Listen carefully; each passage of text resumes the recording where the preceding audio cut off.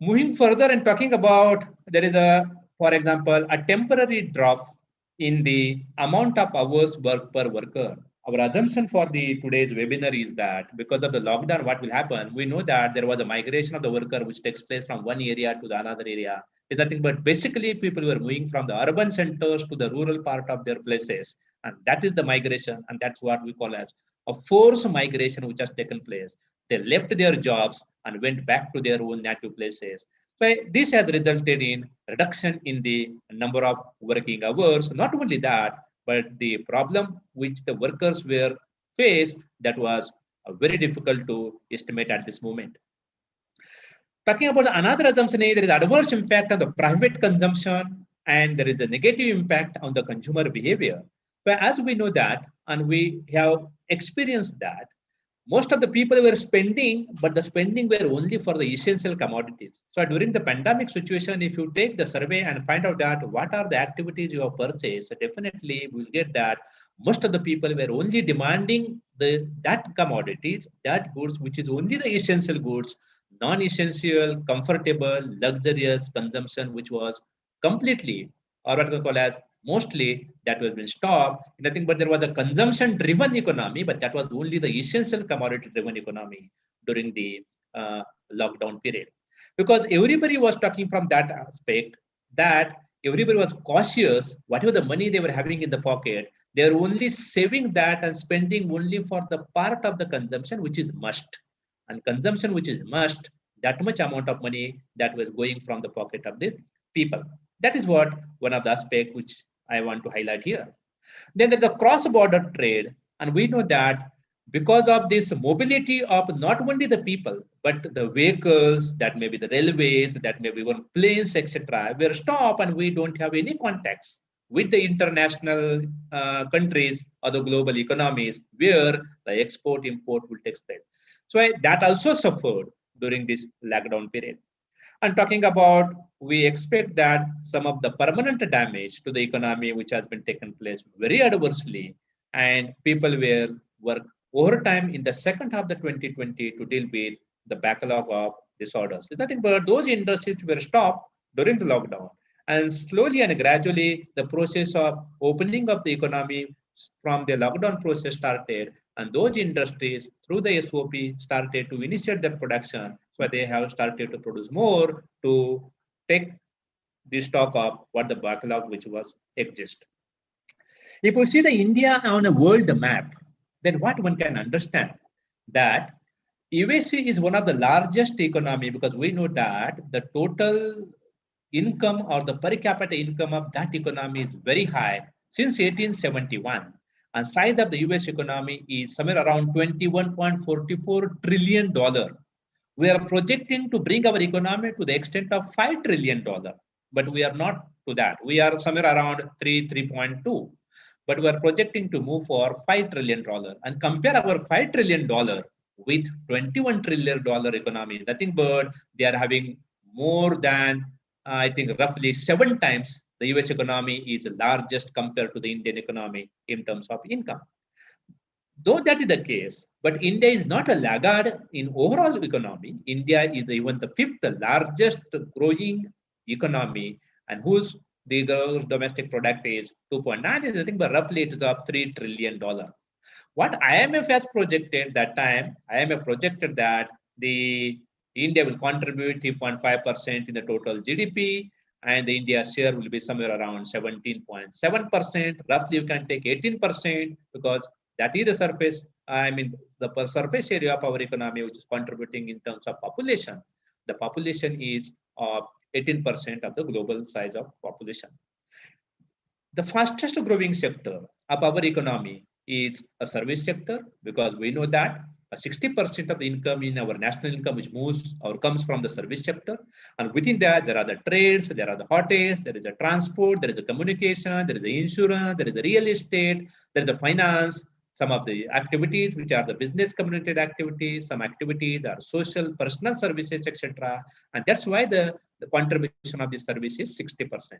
But we understood that most of the services were stuck during the lockdown period. So trade was very less, hotels were closed, Transport system was closed, railway were not functioning, buses were not flying. Some of the banking institutions or insurance were functioning, but to the little extent, real estate sector was completely blocked because the workers which are working on construction side, they have moved from their construction site to the native places. So they were not getting the workers to employ for that particular process.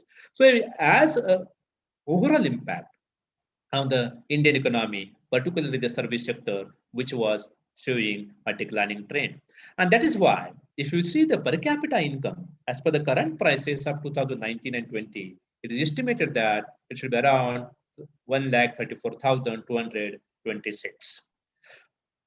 Moving further and talking about COVID-19 and its impact on Indian economy, if you talk about what were not functioning, cinema theaters, I mean, were closed, consumption is getting affected due to job losses. Most of the sectors, for example, IT sector, for example, industrial sector, for example, employee which were working on a temporary basis, they were totally become jobless. And there is a widespread fear and panic now increasing among people and overall confidence level of the consumer. But consumers' confidence index, which was little lesser during this pandemic situation. So these were the things, travels, hotels, which were completely closed during the lockdown or because of the COVID-19. Some of the factories and workplaces were shut down. Workers were moved from one place to another place, particularly from urban to rural areas. Families went hungry because they were not getting the food. They were traveling or moving from one place to another place. That's what only trying to go to their native places because of this fear in mind. There was no work. Most of them were not having money to spend. Some of the people were walking on the road. Some of the people were moving from one place to another place by making the use of bicycles, etc., etc. Some of the people were even got arrested. So that kind of incidents which took place during the COVID-19 process. So overall, the situation of the COVID-19, which was to that extent suffered or which has resulted into a very bad impact, not only on the Indian economy, but entire global economy as such. Subsequently, I will touch upon how to come out or what are the strategies required for that. But I want to mention here that because of this lockdown or because of this closing of the economy or because of this closing of a production and trade within the country, not only in India, even globally, what extent or how much a loss we have incurred or what is the lockdown cost. Most of the agencies which has been predicted and estimated, and one of the agencies I mentioned as ARR, that's Acute Rating Research Limited agency. That agency has estimated that the lockdown cost of Indian economy was somewhere around 4.64 billion US dollar. It's nothing but it's over rupees 34,000 crores every day. Please remember, 34,000 crores every day, India was losing that amount. And if you talk about the lockdown of the first period, 21 days lockdown period, and subsequently if you calculate, then we find that this amount goes furthermore. So more than 90% of the amount, 1 crore trucks in the country, which were off roads during the lockdown period. And on an average, year 2,200, on an average, rupees 2,200 was a loss to per truck per day. Even that is the minimum, 2,200. This is average we are talking about, isn't it? But sometimes if you talk about the prices of this per day price of a truck, maybe a normal truck, somewhere around 4,000 rupees or maybe around 5,000 rupees, not minimum of that. But this is about on an average, the figure which have come. And that is what if you take into account, the India lost 35,000 crores rupees in first 21 days of lockdown period. And if you move further and if you find that National Real Estate Development Council, they said that their loss was somewhere around rupees 1 lakh crores. Then Indian real sector, they said that they're employing 45 crore people in India because 70 million traders which are directly or indirectly associated with this, and approximately the loss was 70 billion US dollar. And if you calculate a first 110 days of the lockdown period, slowly and gradually the opening process started. But if you calculate the 110 days of the first lockdown period, then we understood that a 38.5 lakh crores, is not a thousand, lakh crores amount, which the lockdown cost one can calculate for Indian economy. But this much revenue we have lost during the lockdown period. But within this loss of total revenue, if you refer the one of the survey done by the Business Today, that has been come across categorically for some of the sectors of the services. For example, mining and quarrying, the estimated loss was 0.31 lakh crores. Manufacturing sector estimated loss was 2.16 lakh crores. Trade, hotel, transport, communication taken together, their loss was somewhere around 2.42 crores. And financial, real estate, and professional services, if you calculate, the loss was 2.8 lakh crore rupees.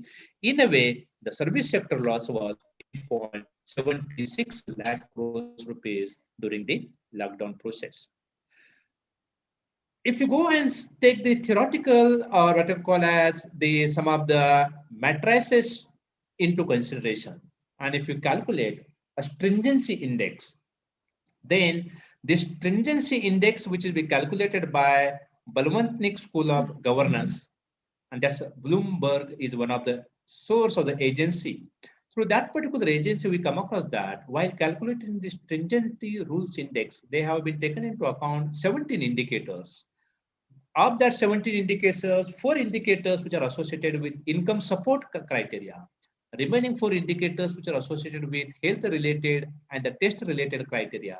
I think, but indicators were comprehensive, and by taking these comprehensive indicators, in the month of June, they have come across with the index, and that relatively flat index for 76 and a marginal easing after relaxing of increment. It's nothing but if you see this particular slide, then we come across that since March onwards, the stringency index, which has been moved from March to April, and then it has become a completely flat. And we see that slowly and gradually they started to decline. For the index, this stringent index, which also clearly states that there is a reduction in the economic activities in India. Talking about unemployment, there is no need to elaborate more on that because there was a forced migration. Factories were not working. The temporary workers, even the workers who were working on a contract, they were also lost their own job. But if you refer one of the report which has been published by the CMIA, which is one of the very well-known agency, what we call as Center for Monitoring Indian Economy, and that data we believe is of right data because economic survey also refer the data from CMIA. So CMI's report, if you take into consideration, then we understand that 122 million jobs were lost in India, and unemployment rate was somewhere around 8 to 9%.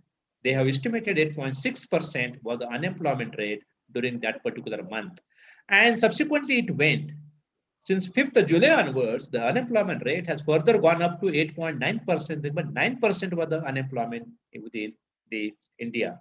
And if you take the report of ILO, labor organization, then they have been estimated that 25 million people which were worldwide considered as unemployed.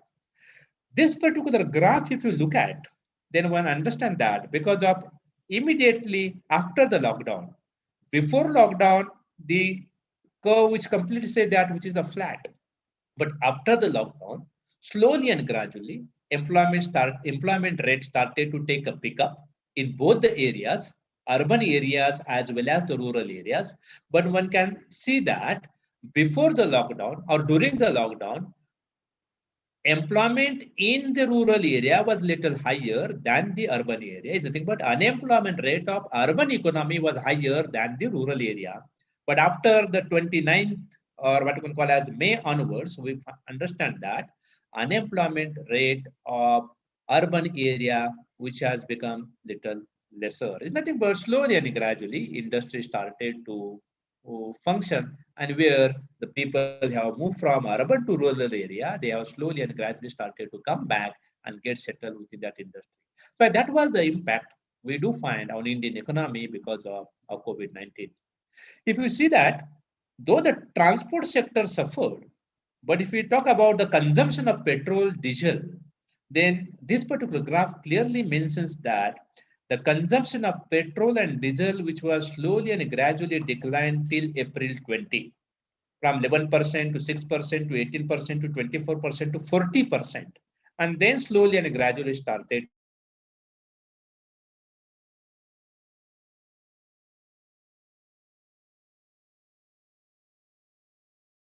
to increase. Nothing but so affected because of this lockdown.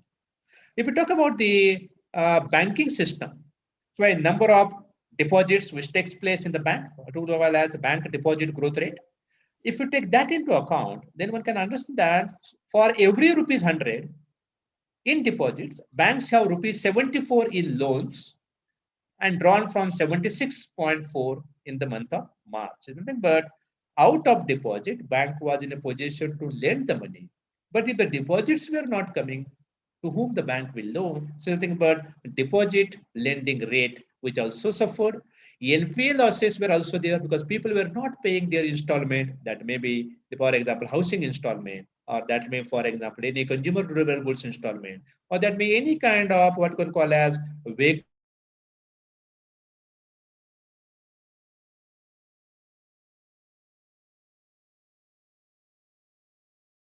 installment. They were that RBI had the smooth functioning of the banking sector was not there during the lockdown period.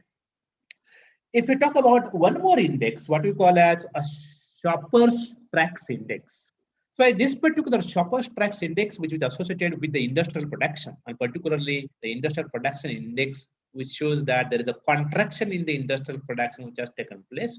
An index was 50.15%. So before the lockdown, the industrial index, suppose it is of 100%, we have come across that 50% reduction which has been taken place subsequently. And slowly and gradually during the lockdown period, it has gone down further to 20%. And that is why one can understand that there is a purchase managers index. If you take that into account, which will have service PMI and a manufacturing PMI. PMI means purchase managers index. So at a service level, how much it was, and at a manufacturing level, how much it was. At a service level during the May 20, it was 5.4, but manufacturing level, it was 27.4. So it means this index were also showing a declining trend. If you see this particular graph, come across that there is a drastic deduction of the reduction which has taken place in that. Talking about the consumer confidence index, because it's of course it's very important that the consumers were spending only on essential commodity, their consumption other than the essential commodity which were completely stopped or which was very less, and as a result of that, their confidence index which has been also suffered, and that index says it was 63.7% for the current situation, and for expectation it was 97%. But though they were spending less, but they were expecting slowly and gradually economy will bounce back.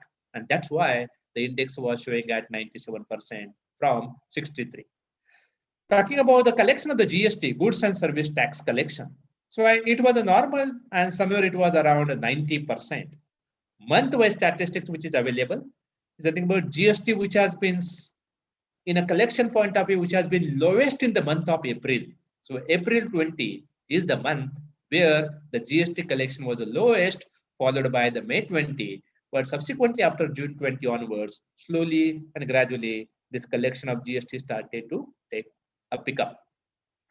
What was the important and what is what we can call as the economy will have some kind of space saving idea, and that was only for the agriculture and the rural economy. But the Kharif sowing period, whenever there was a lockdown period, so industrial sector, service sector, trade, commerce were set, but agriculture and the sowing activities were going on. And that's why, because of a good sowing area under the cultivation, and if you see the trend from June to July, subsequently we say that there is an increasing trend we do find in the Kharif sowing areas. And once the sowing which has been taken place in a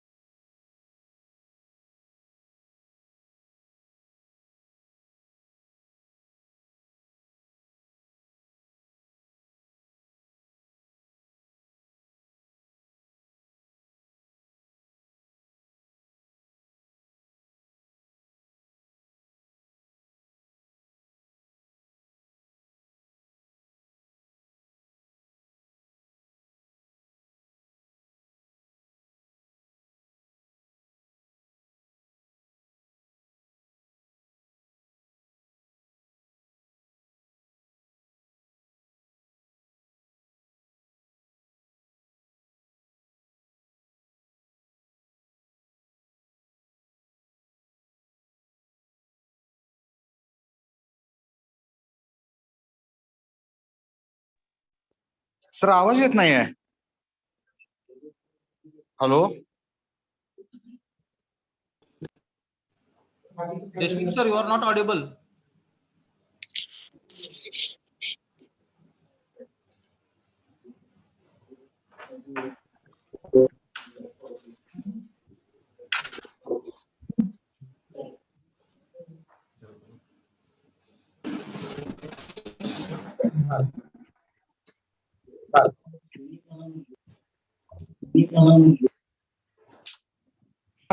एक जरा unmute करा, unmute करा. हो sir. हो sir.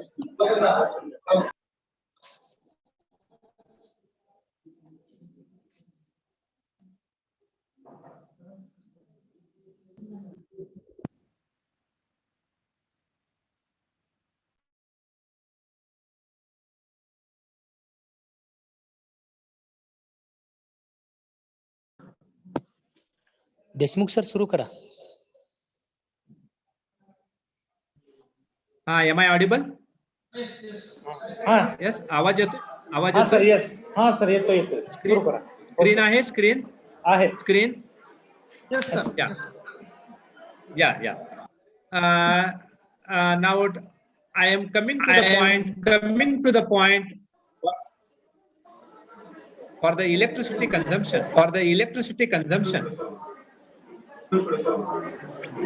Hello. हाँ sir. Hello. हाँ sir. हाँ sir. Hello. हाँ sir.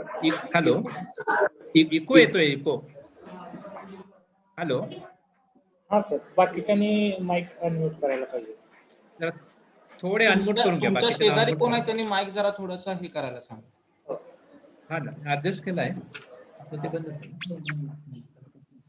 Hello. Yeah. Coming to the electricity consumption, there was a power demand. Am I audible? And the consumption for electricity is higher than in the month of March.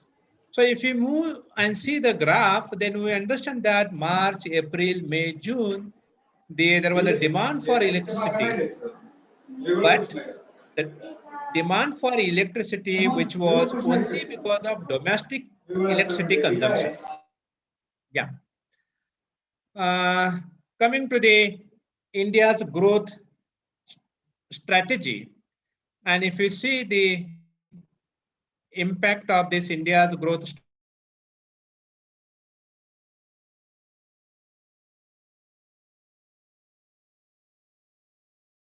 strategy, we understand global economic which has taken place.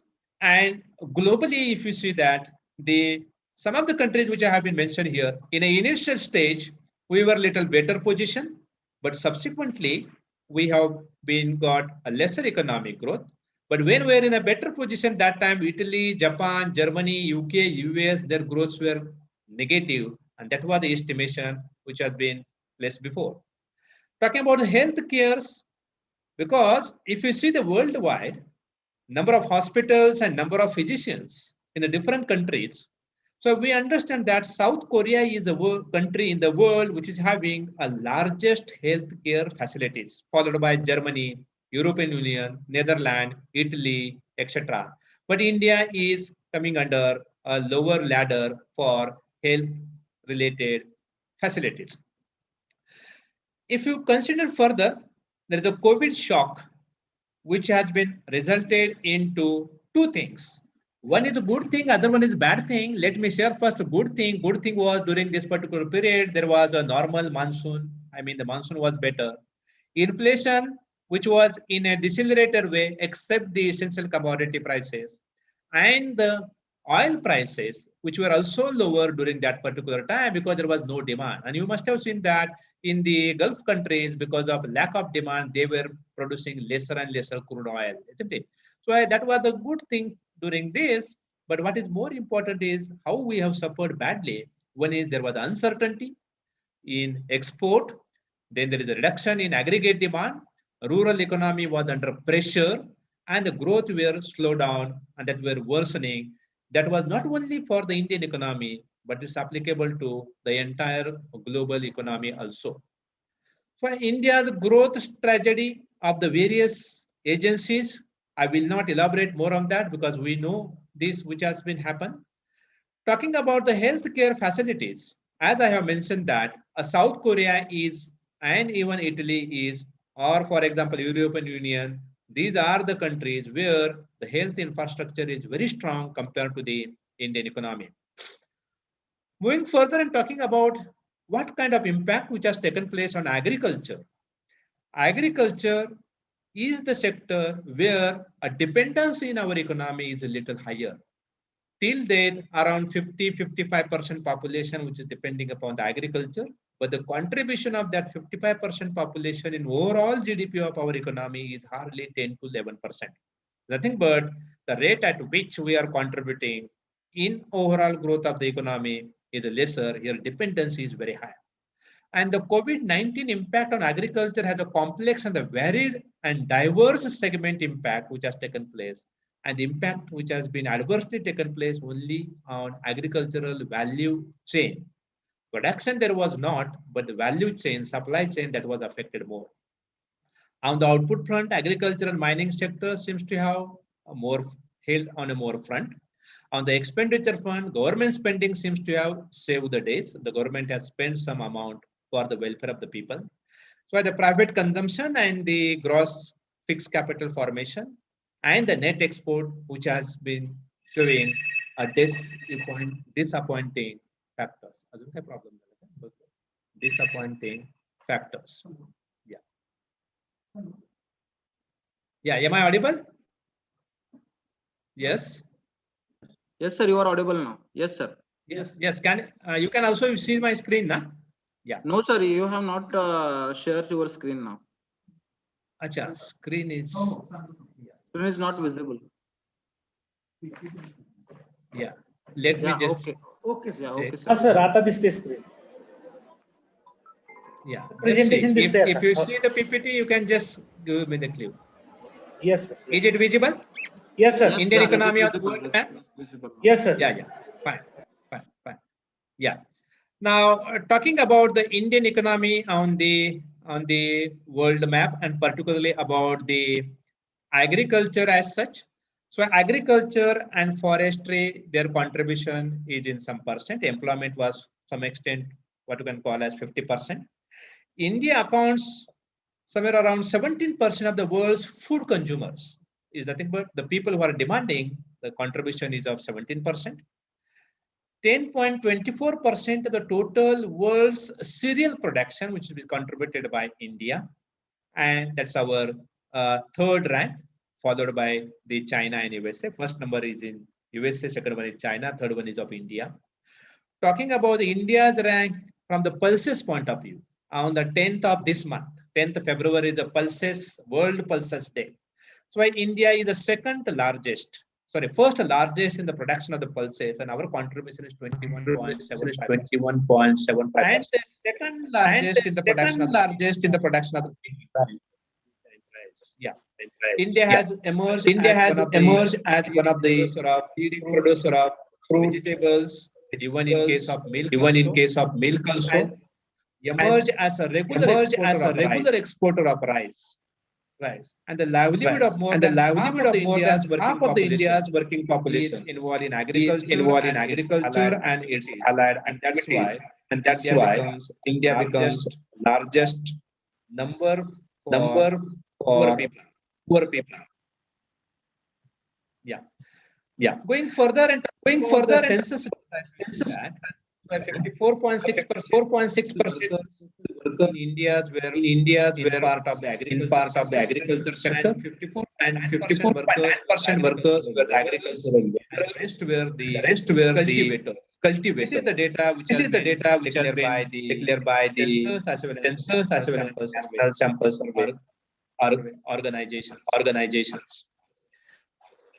Talking about the COVID-19 and food security point of view, and if you measure the global hunger index, where India ranked 103rd out of 119 qualifying countries with a score of 31.1, and India suffered from a level of hunger. Am I audible? Because I get a echo. Yeah.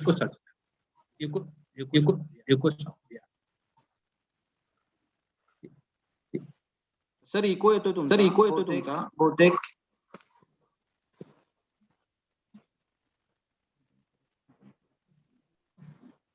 Unmute करून पहा जरा.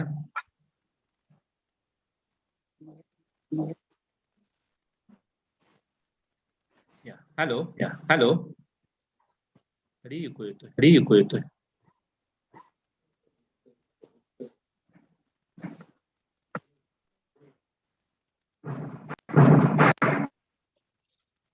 Yeah, fine. Yeah. Moving further about the farmer suicides.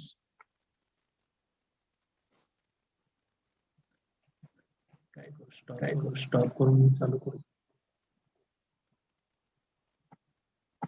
Sir mute करून पुन्हा unmute करा. Mute unmute केलं.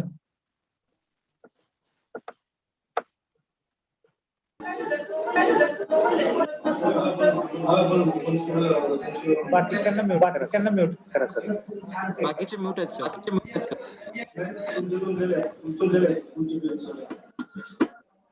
Hello hello. अरे eco येतोय.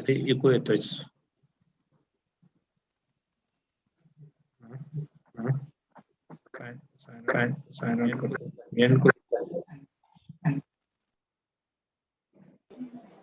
किरण सरांचा म्यूट करा. झालं.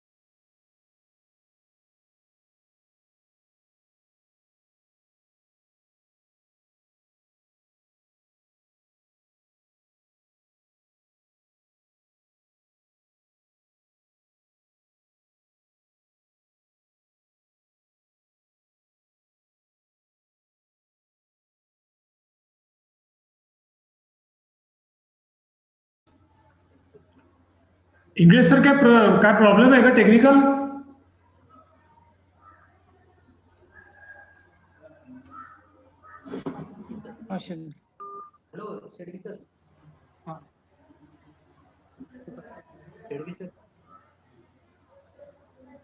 हॅलो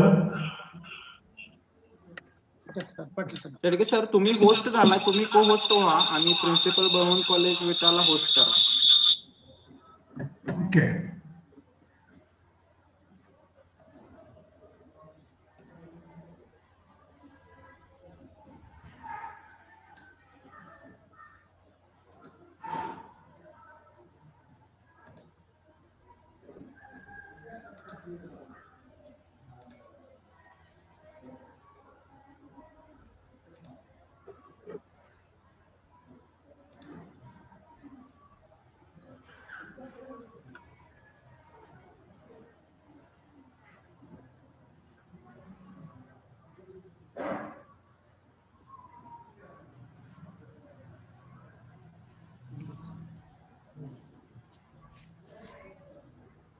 हॅलो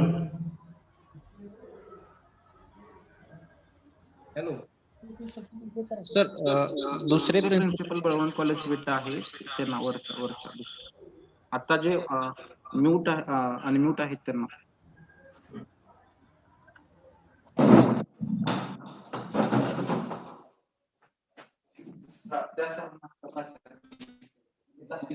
बरं तुम्ही काय कुठल्या प्रकरण केले? दोन प्राचार्य ते खाली असं आहे का? सरांनी तिकडे केलं.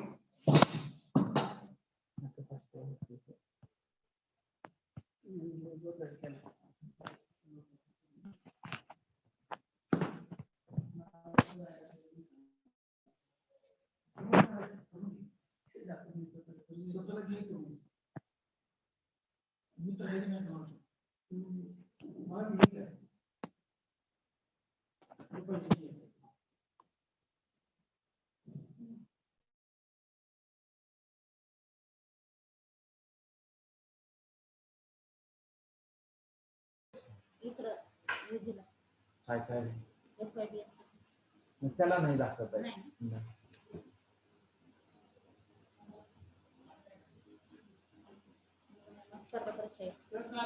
त्याला पण नाही दाखवत आहे. त्याचं नाव नव्हतं रजिस्टरला नाही आपल्याला, त्यामुळे पहिला ठेवायला तो म्हणतो टीसी दिला. मी म्हणलं त्याला झेरॉक्स आणून दे, नोंद करू आपण त्या लास्ट इयरला नंतर देऊ. 2 महिने झाले दिला, पण रजिस्टरला नाव नसल्यामुळे सगळ्या हुडकून सुद्धा सापडलं नाही. मग आता त्याला मी सांगितलं, तो म्हणलं मी TYBSC ला इथं आलो. देशमुख सर, यू आर नाव को होस्ट, सो लेट स्टार्ट नाव. आता त्याला नाव सांगतो ते शोधावं लागलं.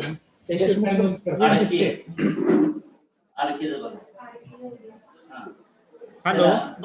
Screen is visible. Yes. Few more minutes I will take. Yes. Hello. Me office प्रमुख करणार आहे. हा sir. Yeah. May I continue? Yes sir, please. Yes sir, please. Yeah.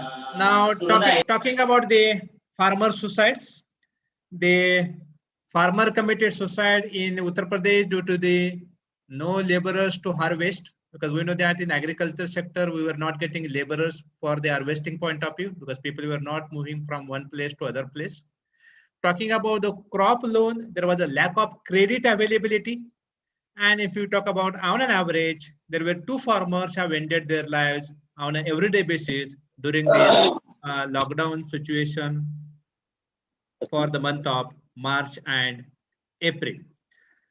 Now, moving further and talking about the dairy farmers or dairy owners. Now, here there is a one good thing during the lockdown period. I mean, the milk production of the dairy sector, which has been not suffered to that extent what the others have suffered. So, dairy, though it has a mixed picture, talking about there are the many dairies and they are the largest milk, what we can call as marketing agencies. For example, Amul or Gokul or Varna, these are the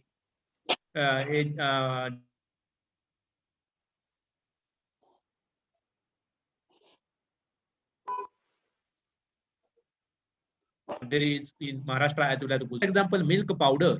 So the prices of that milk powder, which has been hit at the lowest to the extent of 230 per kg, rupees 230 per kg. But talking about the fresh milk, which has been collected by the cooperative models, because there are certain industries which are functioning on the basis of cooperative models. For example, Amul is also one of the best cooperative model dairy sector.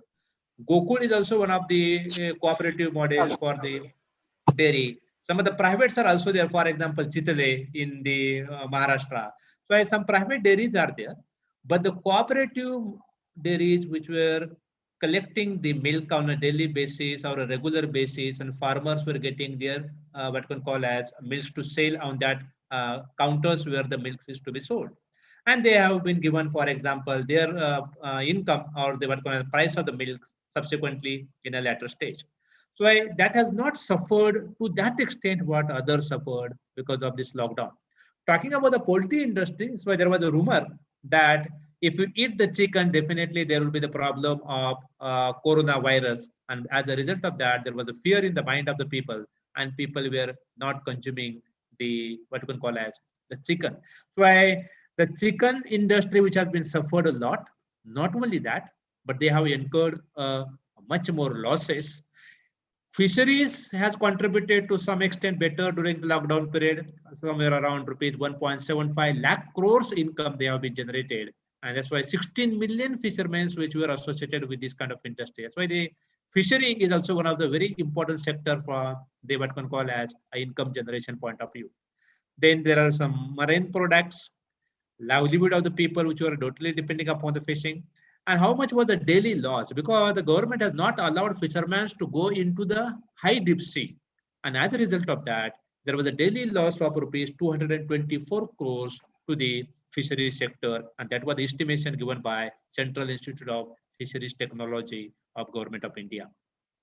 Talking about the floriculture and onion crops, the floriculture which has been also suffered during the pandemic situation, but the prices of these traded crops or the cultivator's cost of production, and if you take that into account, then the cost of onion cultivation, which stands somewhere around 5.5 rupees to 6 rupees per kg, particularly in the Nasik market. And because of what you can call as here unavailability of the irrigation, the cost of cultivation which has been went up from 5.5 or 6 per kg to 7 to 8 per kg for the onion point of view or the onion cultivation cost point of view. And the farmers in the market, they were getting the per kg price to the extent of 3 rupees. Now see how the farmers suffered in this pandemic period. If the cost of cultivation per kg is roughly 7 rupees per kg and the market price is 3 rupees per kg, the difference is of 4 rupees. So a per kg loss to the farmers during that particular specific month of the COVID-19 period was to the farmer. So that was also the farmers were suffered a lot in the marketing of such commodities. Labor market, which has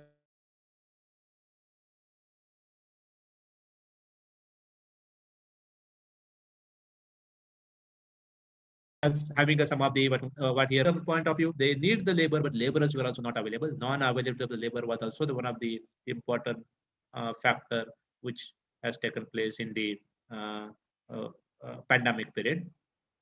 In a way, the labor market suffered a lot because there was a migration of the workers from one place to another place. There was inadequate supply of labor, at least during the harvesting period, and the crops, maybe wheat or rice or fruits or the flowers, laborers were not getting for the harvesting point of view. Then government has notified that exclude movement of farmers and the farm laborers and harvesting of sowing related machineries, which were also affected because of this lockdown, and the increasing use of mechanical harvesters. So if the man or the labor power or labor supply, which were lesser, but some extent, the mechanical harvesting has saved the little picture of agriculture. So in a general, the labor market has suffered a lot. Talking about industrial sector, there is a medium, small, micro, small, and medium enterprises. The share of these enterprises is 28.9% in the production point of view. The total number of MSMEs in India are 633.8 lakhs, of which 324 are in rural and 309 are in urban areas. Category wise, from a rural and urban area, we say that 51% are in functioning in rural area and 49% are functioning urban area. From the manufacturing, trade and other services point of view, 32% is the contribution of manufacturing, trade is of 35 and other services is of 33%.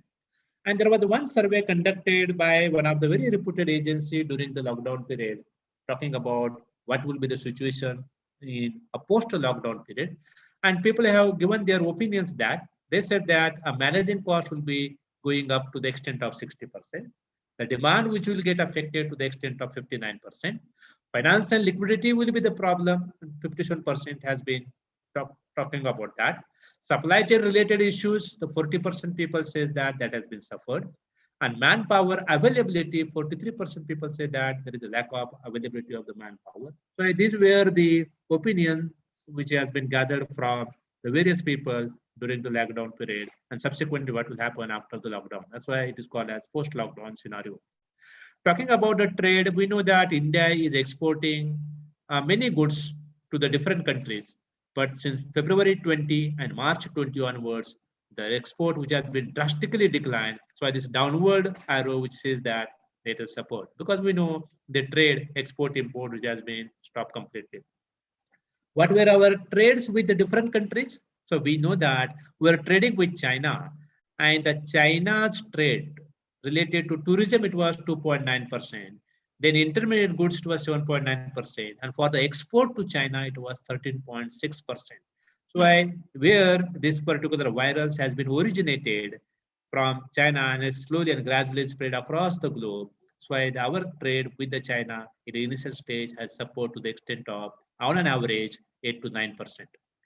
The trade has disturbed a lot. I mean, supply chain has affected a lot. There was a negative impact which has been taken place. Fall in the commodity prices. Prices of the various commodities has been declined, except the essential goods, the prices were a little higher. There's a drop in the domestic demand as well as the international demand. And what has happened, Indian export has hit a lot because of lack of supply chain or lack of container availability. So containers were also not available to move the goods from one place to other place. Talking about the trade with China, China has been a major market for India, but for which commodity? It's a seafood related, petrochemicals, gems and jewelry. These are the commodities which we are trading with China that also suffered. Fisheries sector has incurred a major loss, and that loss was to the extent of 1,300 crores rupees. This is only I'm talking about export related loss, not the overall loss. India's export, that was 36% of its diamonds to the China, that also suffered. And the cancellation of major trade events. Some of the orders were booked earlier, but because of this COVID-19 pandemic problem, the orders also got cancelled and the industrialists also suffered a lot. And that's why India's overall exports, 34% of its petrochemical products to the China. And this lockdown effect, which has resulted into a trade deficit, and our import and export scenario which has been changed. And we understand that at the time of March 2020, our export and import both were the negative. To what extent they were negative? 34.6% was our export and 28% was our import, and both were having a negative trade. Talking about a trade impact during this COVID-19 pandemic situation, which are the top 15 most affected economies because of this COVID-19 problem. The most affected economy is the European Union is at number 1. United States is at number 2. Japan is at number 3.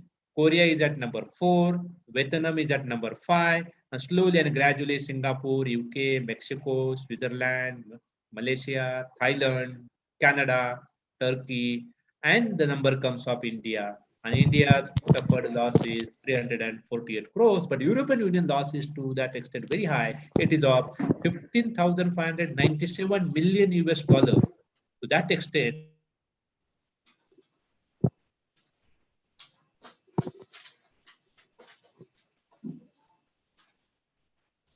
European Union has suffered. Of production or the halt of production, there is a revenue loss as well as the job loss which has taken place.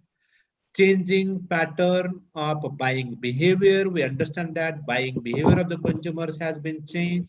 Then there is a liquidity squeeze which has been taken place within the market. There is a non-availability of the manpower, particularly the skill and the semi-skilled manpower, which were not available. So that was the impact that has been taken place. Talking about workers and particularly workers, and that too migrant workers, which has been suffered a lot. Orders were cancelled, particularly for the micro, small, and medium enterprises that suffered a lot. There was a demand for necessary input, the inputs required to produce a particular commodity. For such essential commodity, only the inputs were demanded. For others, non-essential, there was no demand for the inputs. There's a disruption of flow of materials of goods. All the goods and the materials were affected to the greatest extent. And what is the plus point is, environment has become a little clean. Pollution was little less, in particularly noise, air and water pollution, which was little lesser during this lockdown scenario. One of the major impact which has been taken place on tourism sector of the global economy, and particularly Indian economy also, that tourism sector which has been suffered a lot, and the loss of the tourism sector was 1,500 billion US dollar during the month of September, October, December, or subsequently after the lockdown period. And the most of the tourism suffered countries globally are Spain, Italy, China, Germany, UK, US, France, Iran, where the tourism is the major source of income to them, and that suffered a lot in a global scenario. Then talking about if that has happened, and even presently, we're also projecting that how the revival of the economy should take place. Not only the Indian economy, even global economy will take place. Either it will have a U type of shape, where there are certain theories which are there. I will need at least 5 more minutes to come to the conclusion. So either in a U shape or in a V shape or in a W shape.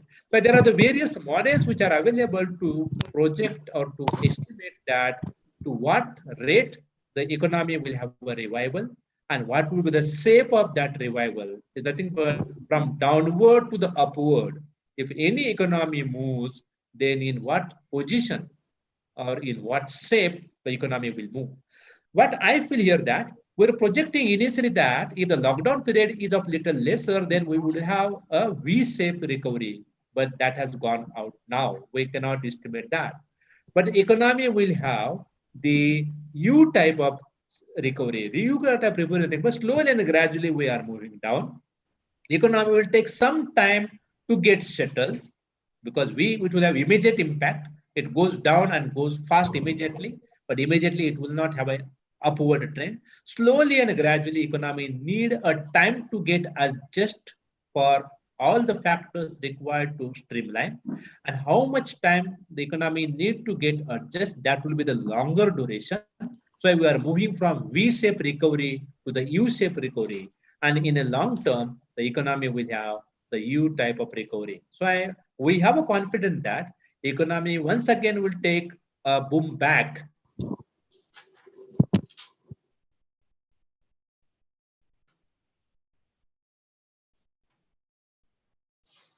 But not at a faster rate, which will take place. As we know that the present government has announced the scheme, what we call as Atmanirbhar Bharat. And because of this particular ideas, we understand that we are promoting our own industries, what we call as Made in India and Make in India. If you promote for our what we call as a local industrialist, local capitalist to take a risk in the various kind of commodity, because if they take a risk, if they face the risk, definitely some profit which will be generated, entrepreneurial activity which will be more. And in that way, if we promote our own capitalist to push up the production, so that the economy will have once again what we can call as a boom back position. So the schemes like Atmanirbhar Bharat, that will also suffer. And we know that whatever is required during the pandemic period, for example, medical facilities or the medicines or maybe whatever the essentials required, that we have managed within our own country. Because everything was stopped internationally. So we were totally depending upon our own domestic production, both industry as well as agriculture. And we have adjusted during that by such kind of things which are very important for economy to take place. What are the opportunities during the post-COVID which will take place? So there is a wake-up call which has been given to the economy that the things which we have lesser, for example, infrastructure facilities in the health services, we do find some difficulties, and that where the lesser, that attention is required. In a years to come, the government should pay more attention for the development of such infrastructure. Then supporting of a local brands, our local brands are to be promoted in a aggressively within the market. Create expansion of the market, our domestic market, our local market, what we call as even international market is to be promoted a little higher. Enhancing the new schemes, the government can launch the various kind of schemes so that each sector will get a benefit and that will get a motivation to promote more. Then there is a create your own image. Once we have a brands within our own country, maybe for example, industrial commodity brands or agricultural commodity, if you are branding it properly, then branding will build up the image and the network that will lead to the further development of the economy. Look from the expansion of the growth as well as the what one call as trading activities and the self opportunities which are very important. And whatever the challenges we do face, one has to face it. And once we face boldly, that may be related to technology or that may be related to a digital gap or that may be even related to knowledge gap, that one has to face it and one has to, once one face it, definitely one will come out from such kind of difficulties. The lastly, what will be our way forward? Our way forward is this lockdown process slowly and gradually is going to come an end because we are moving towards the third phase of vaccination process in our own economy. Slowly and gradually, the process will continue from one side. Industrial production and the production of other activities are also going to go up. And we are having some kind of sectors which are still not functioning. For example, universities and the colleges are still not yet open. But from this month onwards, or maybe second week of onwards, we'll get a signal to open it, but properly with the SOPs with the government of Maharashtra and India, which is putting forward. By taking that into account, this economy will be slowly and gradually will move from lock to the unlock towards the 7%. But what is more important is the idea which has been gone by the one of the great economists, what we call as a universal basic income ideas. So instead of giving a subsidy in the various commodities, what the government should give is the income support to the people. And that income support scheme under the title of universal basic income, which is very important. The present government is giving to the farmer to the extent of 4,000 rupees for per hectare. See, such kind of schemes are promoted and some kind of income support is given to the people. That may be the landless labor, that may be the agriculture worker, that may be on farmers. If they get a guarantee that this much support from the government I am getting, then definitely some kind of confidence of this community which will build up. That's why what is more important is universal basic income ideas and implementation of such schemes are more important. Infrastructure, housing related activity, these are the going on process that will speed up. GST, some kind of rationalization in the GST rate is more important. Somehow the government has done in some of the commodities, but some of the commodity which are still having the difficulties and that sector is still complaining to the government to regularize it. But rationalization of the GST structure is more important. Then talking about the travel restrictions, that will be slowly and gradually it will be open. What about the Reserve Bank's role in that case is related to repo rate or the reverse repo rate or talking about the interest rate. And we know that these rates has been brought down. As much rates, if you brought down, that much more liquidity which will be there available within the market and that market will get a jump. So these things are to be continued. And I think yesterday the RBI has come out with the policy. The rates are kept as it is for 3.54% related to repo and reverse repo. But what is more important here is local to vocal. This is the slogan given by the present government. So this slogan is to be implemented aggressively within the economy. And coming to the last slide, what is more important here is the schemes with the government of India and particularly the government of Maharashtra. Maharashtra is a pioneer state to start this scheme, what we call as the Employment Guarantee Scheme, EGC, and subsequently government of India has taken these schemes at a national level and now it is called as MG Narega. So through this NREGA, the government can give some kind of, incentives to the agriculture laborers or the laborers who are working under this particular scheme. What is more important is income in the hands of the people or income in the pocket of the people is very important for the economy to take off. And if these are the people through the MG NREGA get some kind of income support, definitely that income which will be channelized or circulated within the economy subsequently. So these are the very important aspects, and we know that our social security schemes, which are not to that extent more, it was before 90, the schemes were very much important, but now slowly and gradually, the social security scheme, the government has started to withdraw it.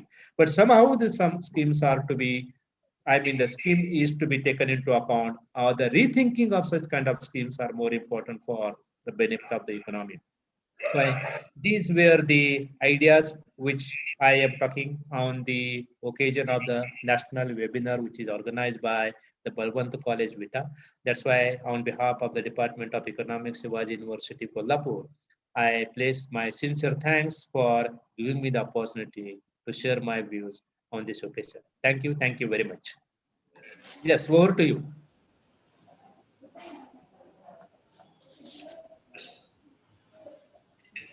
Thank you, sir. Over to Kokre, sir.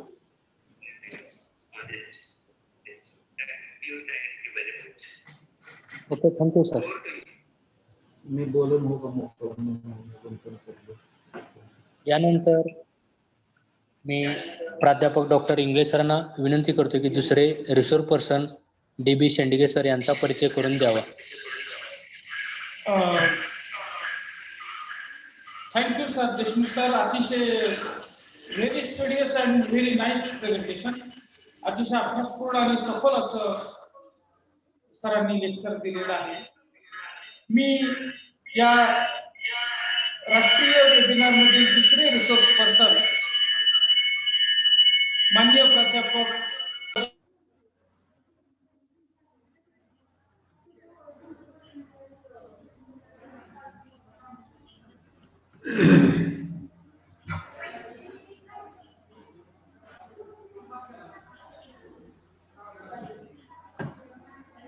Sir तुमचा mic mute आहे.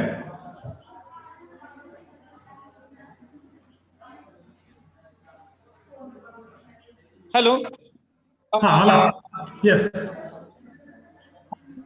आता एक minute प्राचार्य बोलणार आहेत, बाहेर जाणार आहेत, फक्त एकच मिनिट, नंतर मी परिचय करून देतो. Yes, okay, no problem.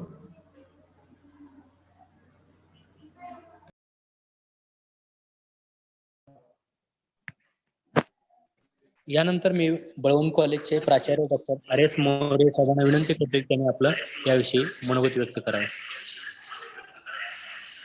नमस्कार. शेडगे सर नमस्ते. सर नमस्कार. नमस्ते. नमस्ते. मी थोडीशी दिलगिरी व्यक्त करतो संयोजकाची आणि आपणा सर्वांची.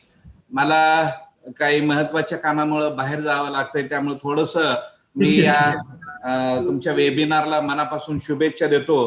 कोरोना महामारीची भारतीय अर्थव्यवस्थेवरील परिणाम या विषयाच्या अनुषंगानं बळवंत कॉलेज विटा येथील अर्थशास्त्र विभागानं आयोजित केलेल्या या राष्ट्रीय वेबिनार मध्ये आताच विद्यापीठातील आमचे सहकारी मित्र professor doctor MS Deshmukh sir यांनी खूप छान पद्धतीनं या ठिकाणी विस्तारानं आढावा घेतलेला आहे. या कोरोनानं कोणालाही सोडलं नाही. या कोरोनाचं जगावरती सगळ्या परिणाम झालेले, इम्पॅक्ट झालेले, जगातल्या अर्थव्यवस्थेवरती परिणाम झालेले, जगातल्या आरोग्य व्यवस्थेवरती परिणाम झालेले आणि अनेक गोष्टींवरती या कोरोनामुळं प्रचंड असा प्रभाव पडल्याचा आपल्या लक्षात येईल. शेतकरी असतील, कष्टकरी असतील, कामगार असतील, व्यापारी, दळणवळण व्यवसाय असेल, उद्योग असेल, छोट्या इंडस्ट्री असतील, अशा अनेक लोकांवरती या कोरोनाचा परिणाम झाल्याचा आपल्याला दिसून येईल. संघटित लोकांचं ठीक आहे, परंतु असंघटित लोकांचा रोजगार देखील हिरावला गेला किंवा संघटित लोकांच्या देखील रोजगारावरती परिणाम या कोरोनाच्या महामारीच्या कालावधीत झाल्याचा आपल्याला दिसून येईल. या दिवसभर चालणाऱ्या तुमच्या राष्ट्रीय वेबिनारला मी मनापासून शुभेच्छा देतो. आमचे मित्र डॉक्टर डेबी शेडगे सर या ठिकाणी मनोगत व्यक्त करणार आहेत, आपल्या बरोबर चर्चा करणार आहेत. मी आपणा सर्वांची या निमित्तानं या वेबिनारच्या निमित्तानं मी दिलगिरी व्यक्त करून या ठिकाणी थांबतो आणि दिवसभर चालणाऱ्या या वेबिनारला मी मनापासून या ठिकाणी शुभेच्छा देतो. आणि एक वैचारिक मेजवानी या कोरोनाच्या कालावधीत देखील या डिपार्टमेंटनं उपलब्ध करून दिली. आपल्याला या विषयाच्या अनुषंगाने चर्चा करायला, संवाद साधायला संधी उपलब्ध करून दिली. त्याबद्दल मी या विभागाचं आभार व्यक्त करतो आणि थांबतो. जय हिंद, जय कर्मीवर. जय हिंद सर. नमस्कार, गुड आफ्टरनून. गुड या आफ्टरनून. राष्ट्रीय पातळीवर चर्चासत्रातील दुसरे रिसोर्स पर्सन माननीय प्राध्यापक डॉक्टर बी शेडगे सरांचा मी थोडक्यात परिचय करून देतो आहे. सरांचा आणि माझा खूप वर्षापासूनचा परिचय आहे. सातारा जिल्ह्यामध्ये देऊर या गावात प्राध्यापक संभाजीराव कदम नावाचं जे महाविद्यालय आहे, या महाविद्यालयात ते असोसिएट प्रोफेसर आणि अर्थशास्त्र विभागाचे प्रमुख म्हणून काम करतात. त्याचबरोबर प्राध्यापक संभाजीराव कदम महाविद्यालयाची उभारणी त्यांनी केलेली आहे. की या महाविद्यालयाचे अनेक वर्ष प्रभारी प्राचार्य होते.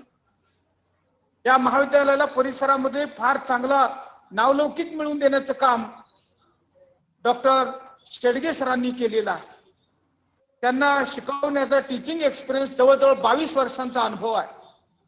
अर्थशास्त्रामध्ये त्यांचं खूप मोठं योगदान आहे. राष्ट्रीय आंतरराष्ट्रीय पातळीवर 53 पेक्षा अधिक शोध निबंध त्यांचे प्रसिद्ध झालेले आहेत. जर्नल्स आणि कॉन्फरन्स प्रोसिडिंग मध्ये 23 पेक्षा अधिक शोध निबंध त्यांचे प्रसिद्ध झालेले आहेत. 7 पेक्षा अधिक पुस्तकांचं लिखाण त्यांनी केलेलं आहे. काही पुस्तकामध्ये अतिशय महत्वाच्या अशा विषयावरती त्यांनी लिखाण केलेलं आहे. शेतकऱ्यांच्या आत्महत्या असतील किंवा माथाडी कामगारांचे प्रश्न असतील, माथाडी कामगारांच्या प्रश्नावरती त्यांचा खूप चांगला अभ्यास आहे.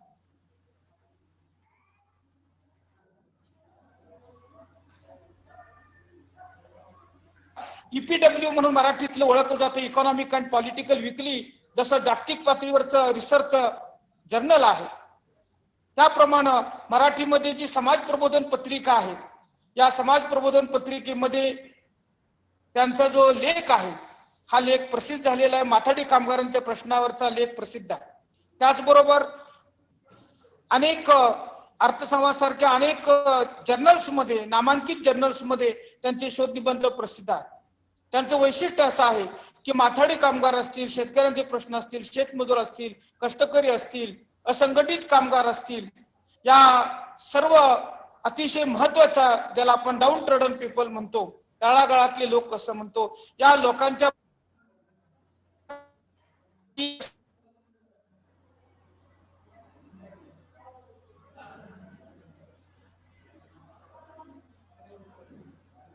सर माईक म्यूट झालाय. माईक म्यूट झालाय आपला.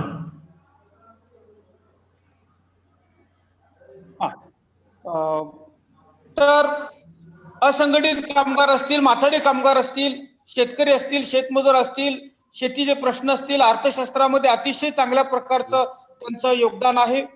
आणि त्याचबरोबर संभाजीराव कदम महाविद्यालयाची चांगली उभारणी त्यांनी केलेली आहे. मी आजच्या राष्ट्रीय पातळीवरील चर्चासत्रातील दुसरे रिसोर्स पर्सन माननीय डॉक्टर शेडगे सरांना विनंती करतो की त्यांनी आपलं मनोगत व्यक्त करावं, त्यांनी आपलं सादरीकरण करावं. धन्यवाद. धन्यवाद सर, धन्यवाद. तुम्हा सगळ्यांना धन्यवाद देतो. रयत शिक्षण संस्थेच्या बळवंत महाविद्यालय विटा च्या अर्थशास्त्र विभागाच्या वतीने आजचं जे राष्ट्रीय वेबिनार हे संपन्न होत आहे, या वेबिनारसाठी खरं तर मला निमंत्रण दिल्यामुळे मी आपला सगळ्यांचा ऋणी आहे. मी आपले धन्यवाद मानतो. आपल्या महाविद्यालयाचे सन्माननीय प्राचार्य डॉक्टर RS मोरे सर आत्ताच आपल्याशी हितगुज करून कामाच्या निमित्तानं प्राचार्य असल्यामुळे त्यांच्या ज्या जबाबदाऱ्या आहेत त्या तुम्हाला आम्हाला सगळ्यांना माहिती आहे, त्यामुळे कदाचित ते त्या कामाच्या निमित्तानं गेलेले आपण पाहिले. या सेमिनारचे समन्वयक आमचे मित्र डॉक्टर इंगळे सर, अतिशय जुना परिचय आमचा इंगळे सरांचा आहे. ते कोरेगावला आणि लोणंदला असल्यापासूनचा, आणि विट्याला जरी इतक्या लांब गेले तरी आमचा त्यांचा चांगला परिचय आहे. महाविद्यालयाचे आता वेबिनारसाठी सहकार्य करत असलेले प्राध्यापक गांजवे सर, प्राध्यापक कोकरे सर, त्याचबरोबर आत्ताच आपण ज्यांना ऐकलं पहिल्या सेशनमध्ये ते आमचे मित्र शिवाजी विद्यापीठाच्या अर्थशास्त्र विभागातील प्रोफेसर डॉक्टर MS देशमुख सरांनी अतिशय छान पद्धतीची मांडणी या ठिकाणी आपल्यासमोर केलेली आहे. खरं तर सगळ्याच कंगोऱ्यांना त्यांनी हात घातलाय. सगळेच कोरोनाने इम्पॅक्ट झालेले सगळेच पैलू त्यांनी आपल्या पुढे मांडलेले आहेत. एव्हाना भारतभरातलाच नव्हे तर जगभरातल्या कोविड इम्पॅक्टचा आढावा त्यांनी आपल्या पुढे मांडलाय. त्याचे परिणामही मांडले आणि त्याच्यासाठीची उपाययोजनाही मांडलेली आहे. मी महाविद्यालयाचा पहिल्यांदा धन्यवाद मानेल की अतिशय चांगल्या विषयावरती हा वेबिनार त्यांनी आयोजित केलेला आहे. कारण जगाबरोबर भारतातला खेडेगावातला वाडी वस्तीवर राहणारा व्यक्ती सुद्धा या कोरोनाच्या संकटापासून वाचला नाही हे वास्तव आहे. जगातल्या अनेक लोकांना यांनी गिळंकृत केलेलं आहे. वास्तविक पाहता यापूर्वीही अशा प्रकारचे साथीचे अनेक रोग आले. जगभरामधल्या अनेक देशांना त्याचा प्रादुर्भाव झाला होता. भारतातही तसे अनुभव आपल्याला यापूर्वीचे आहेत.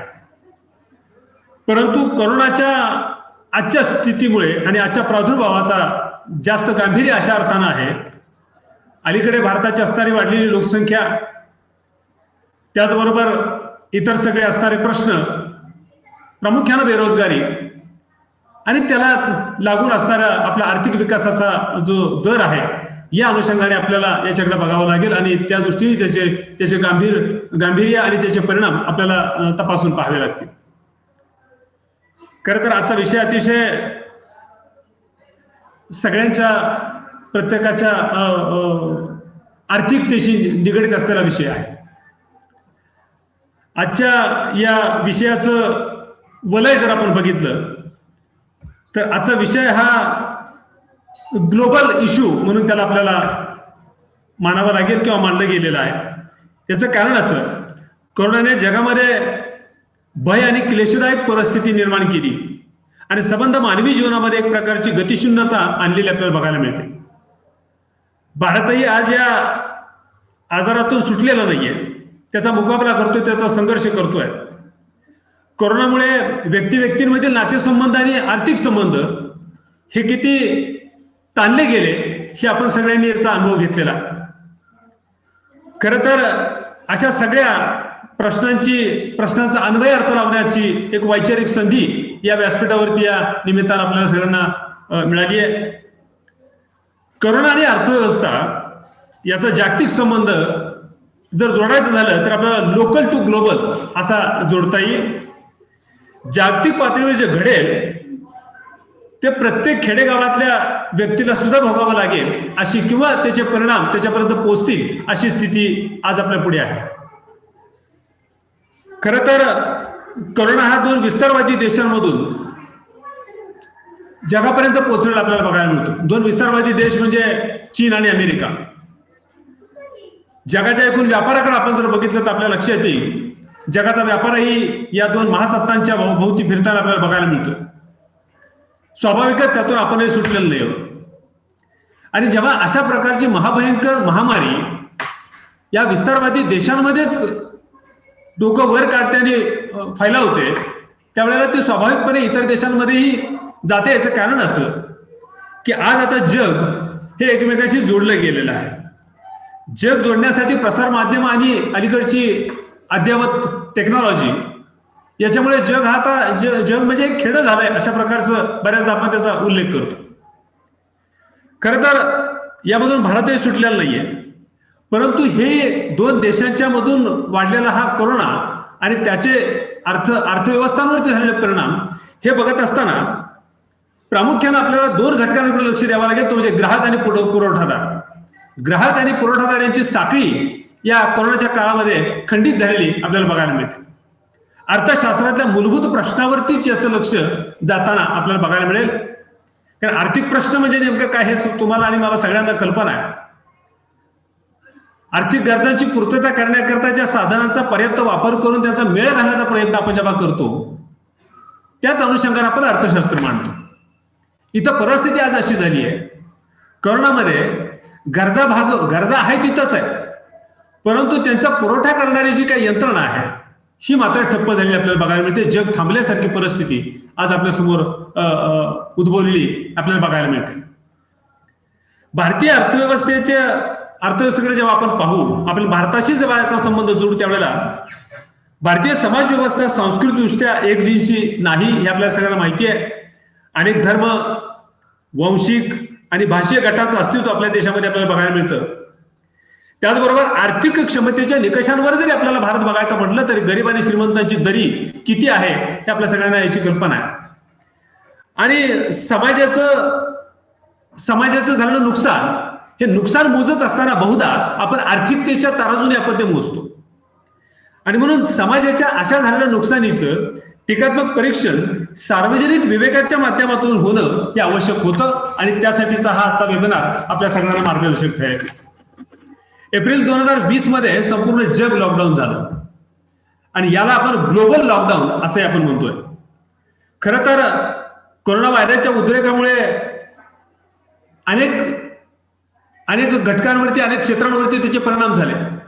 परंतु अलीकडे शेअर बाजाराकडे आपण जर पाहिलं तर आपल्याला असं लक्षात येतं की शेअर बाजार मात्र आता उसळी घेताना पाहायला मिळतो. मात्र त्यावेळच्या बातम्या जर आपण बघितल्या, कोरोना प्रादुर्भावाच्या काळातला जो आपण सगळ्यांनी 8-9 महिने अनुभवला, त्यावेळेला हेडलाईन असायच्या की ज्यामध्ये शेअर बाजार कोसळला, यामध्ये अर्थव्यवस्थेला खीळ बसली, रोजगार घटले, उद्योग बंद पडले, व्यापार थांबला, ह्या हेडलाईन आपल्याला रोज येत होत्या. परंतु याचे खरे परिणाम हे अर्थव्यवस्थेच्या बारीक सारीक घटकांवरती किती गंभीरतेने झाले हे मात्र या निमित्तानं आपल्याला बारकाईने बघावं लागेल. कोरोनाचा एकूण अर्थव्यवस्थेवर काय परिणाम झाला आणि भविष्यात काय होऊ शकतो हे समजून घेण्यासाठी आपल्याला आपल्या महाराष्ट्रातल्या आणि देशातली काही उदाहरण आपल्या डोळ्यापुढे ठेवावं लागतील. एक उदाहरण तुम्हाला आणि मला सगळ्यांना माहिती आहे, मुंबईतल्या कुर्ल्यातील लोकमान्य टिळक रेल्वे स्टेशन आणि दिल्लीमधल्या आनंद विहार बस टर्मिनलवर जमलेली जी गर्दी होती, हे गर्दी आपल्याला सांगून जाते की कोरोनाचा प्रादुर्भाव नेमका काय झाला. मी प्रामुख्याने कामगारांच्या संदर्भामधला हा प्रश्न पहिल्यांदा मांडेल. याचं कारण असं, सगळ्यात जास्त हानी कोणाला पोहोचली असेल तर भारतातल्या कामगारांना, जगातल्या कामगारांना.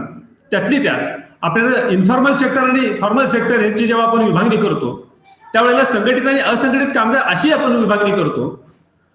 यावेळेला फक्त असंघटित कामगार भरडला गेलाय असं नाहीये, यावेळेला संघटित कामगारही भरडला गेला म्हणजे खूप अतोनात नुकसान कामगार वर्गाचं खरं तर या सगळ्या कोरोना पॅन्डेमिक मध्ये झालेलं आपल्याला बघायला मिळतं. याचं कारण सरळ आहे. जगातला उद्योग थांबला, सेवा क्षेत्रातली मागाशी देशमुख सरांनी स्पष्ट केल्याप्रमाणे हॉटेल्स थांबली, पर्यटन थांबली, वाहतूक व्यवस्था थांबली, दळणवळण थांबलं. आणि या सगळ्याचा परिणाम भारताच्या अर्थव्यवस्थेकडे आपण जर बघितलं तर भारताच्या अर्थव्यवस्थेमधल्या सेवा क्षेत्राचा एवढा मोठा वाटा आपल्या जीडीपी मध्ये असताना सेवा क्षेत्र पूर्णपणे थांबलेलं आपल्याला बघायला मिळालं. आणि मग अशा परिस्थितीमध्ये जे कारखाने बंद पडले, जे उद्योग बंद पडले, जे व्यवसाय बंद पडले, त्यामध्ये काम करणारा प्रत्येक कामगार हा गरीब असला आणि त्या कामगाराच्या हाताला काम नाही, त्याला उत्पन्न नाही आणि म्हणून बाजारपेठेमध्ये मागणी नाही म्हणून त्याचं उत्पादन तर बंदच होतं. आणि ही मागणी असताना सुद्धा काही ठिकाणी मागणी नसण्याची कारणं, काही ठिकाणी मागणी असूनही ती पुरवण्याची अपूर्णता, ह्या सगळ्या गोष्टींचा आपल्याला एकात एक मिसळलेला जो गुंता आहे तो आपल्याला सोडवावा लागेल. आणि हा जो काही प्रादुर्भाव आहे, हा प्रादुर्भाव जेव्हा देशामध्ये एकूण होत होता त्यावेळेला आपण पाहिलं की कामगारांचं स्थलांतर यापूर्वी खेड्याकडून शहराकडे होत होतं, आता ते शहराकडून खेड्याकडे व्हायला लागलं. याची कारणं वेगळी आहेत. काही ज्याला मेडिकली त्याला बेस असेल, काही इकॉनॉमिकल बेस असेल, परंतु स्थलांतराचं प्रमाण या पॅन्डेमिक पिरियडमध्ये खूप मोठ्या प्रमाणात वाढलेलं हे पाहायला मिळतं. हे भारतामध्ये सुद्धा आणि जगामध्ये सुद्धा. अशा सगळ्या विचित्र परिस्थितीमध्ये 2021 या वर्षात भारताला अंदाजे साधारणपणे 5 लाख कोटी रुपयांचा फटका बसेल जीडीपी मध्ये, अशा प्रकारचा अंदाज हा व्यक्त केला गेला आहे. जीडीपीच्या संदर्भामध्ये मगाशी देशमुख सरांनी सांगितलं की भारताचा कधी नव्हे तेवढा जीडीपी मागच्या वर्षामध्ये कमी झाला.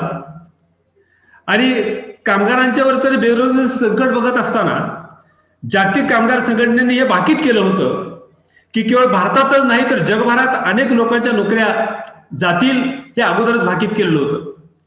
इंटरनॅशनल लेबर ऑर्गनायझेशनने या बाबतीतली काही आकडेवारी प्रकाशित केलेली आहे, प्रसिद्ध केलेली आहे. यामध्ये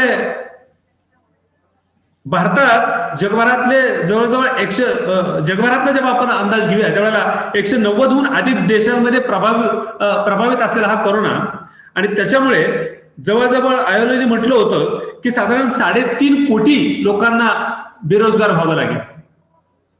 आता खरं तर 3.5 कोटी लोकांना जर बेरोजगार व्हावं लागलं म्हणजे नोकरी प्रत्यक्ष जाणं, अप्रत्यक्षपणे आणखी त्याचे जे परिणाम आहेत हे आपल्याला असंघटित इन्फॉर्मल सेक्टर किंवा असंघटित क्षेत्रातला हा आकडेवारी मिळणं तो मुश्किल आहे. मात्र संघटित क्षेत्रातला सुद्धा इतका मोठा आकडा हा आपल्याला त्याची गांभीर्य, त्याची तीव्रता आपल्याला स्पष्ट करतो.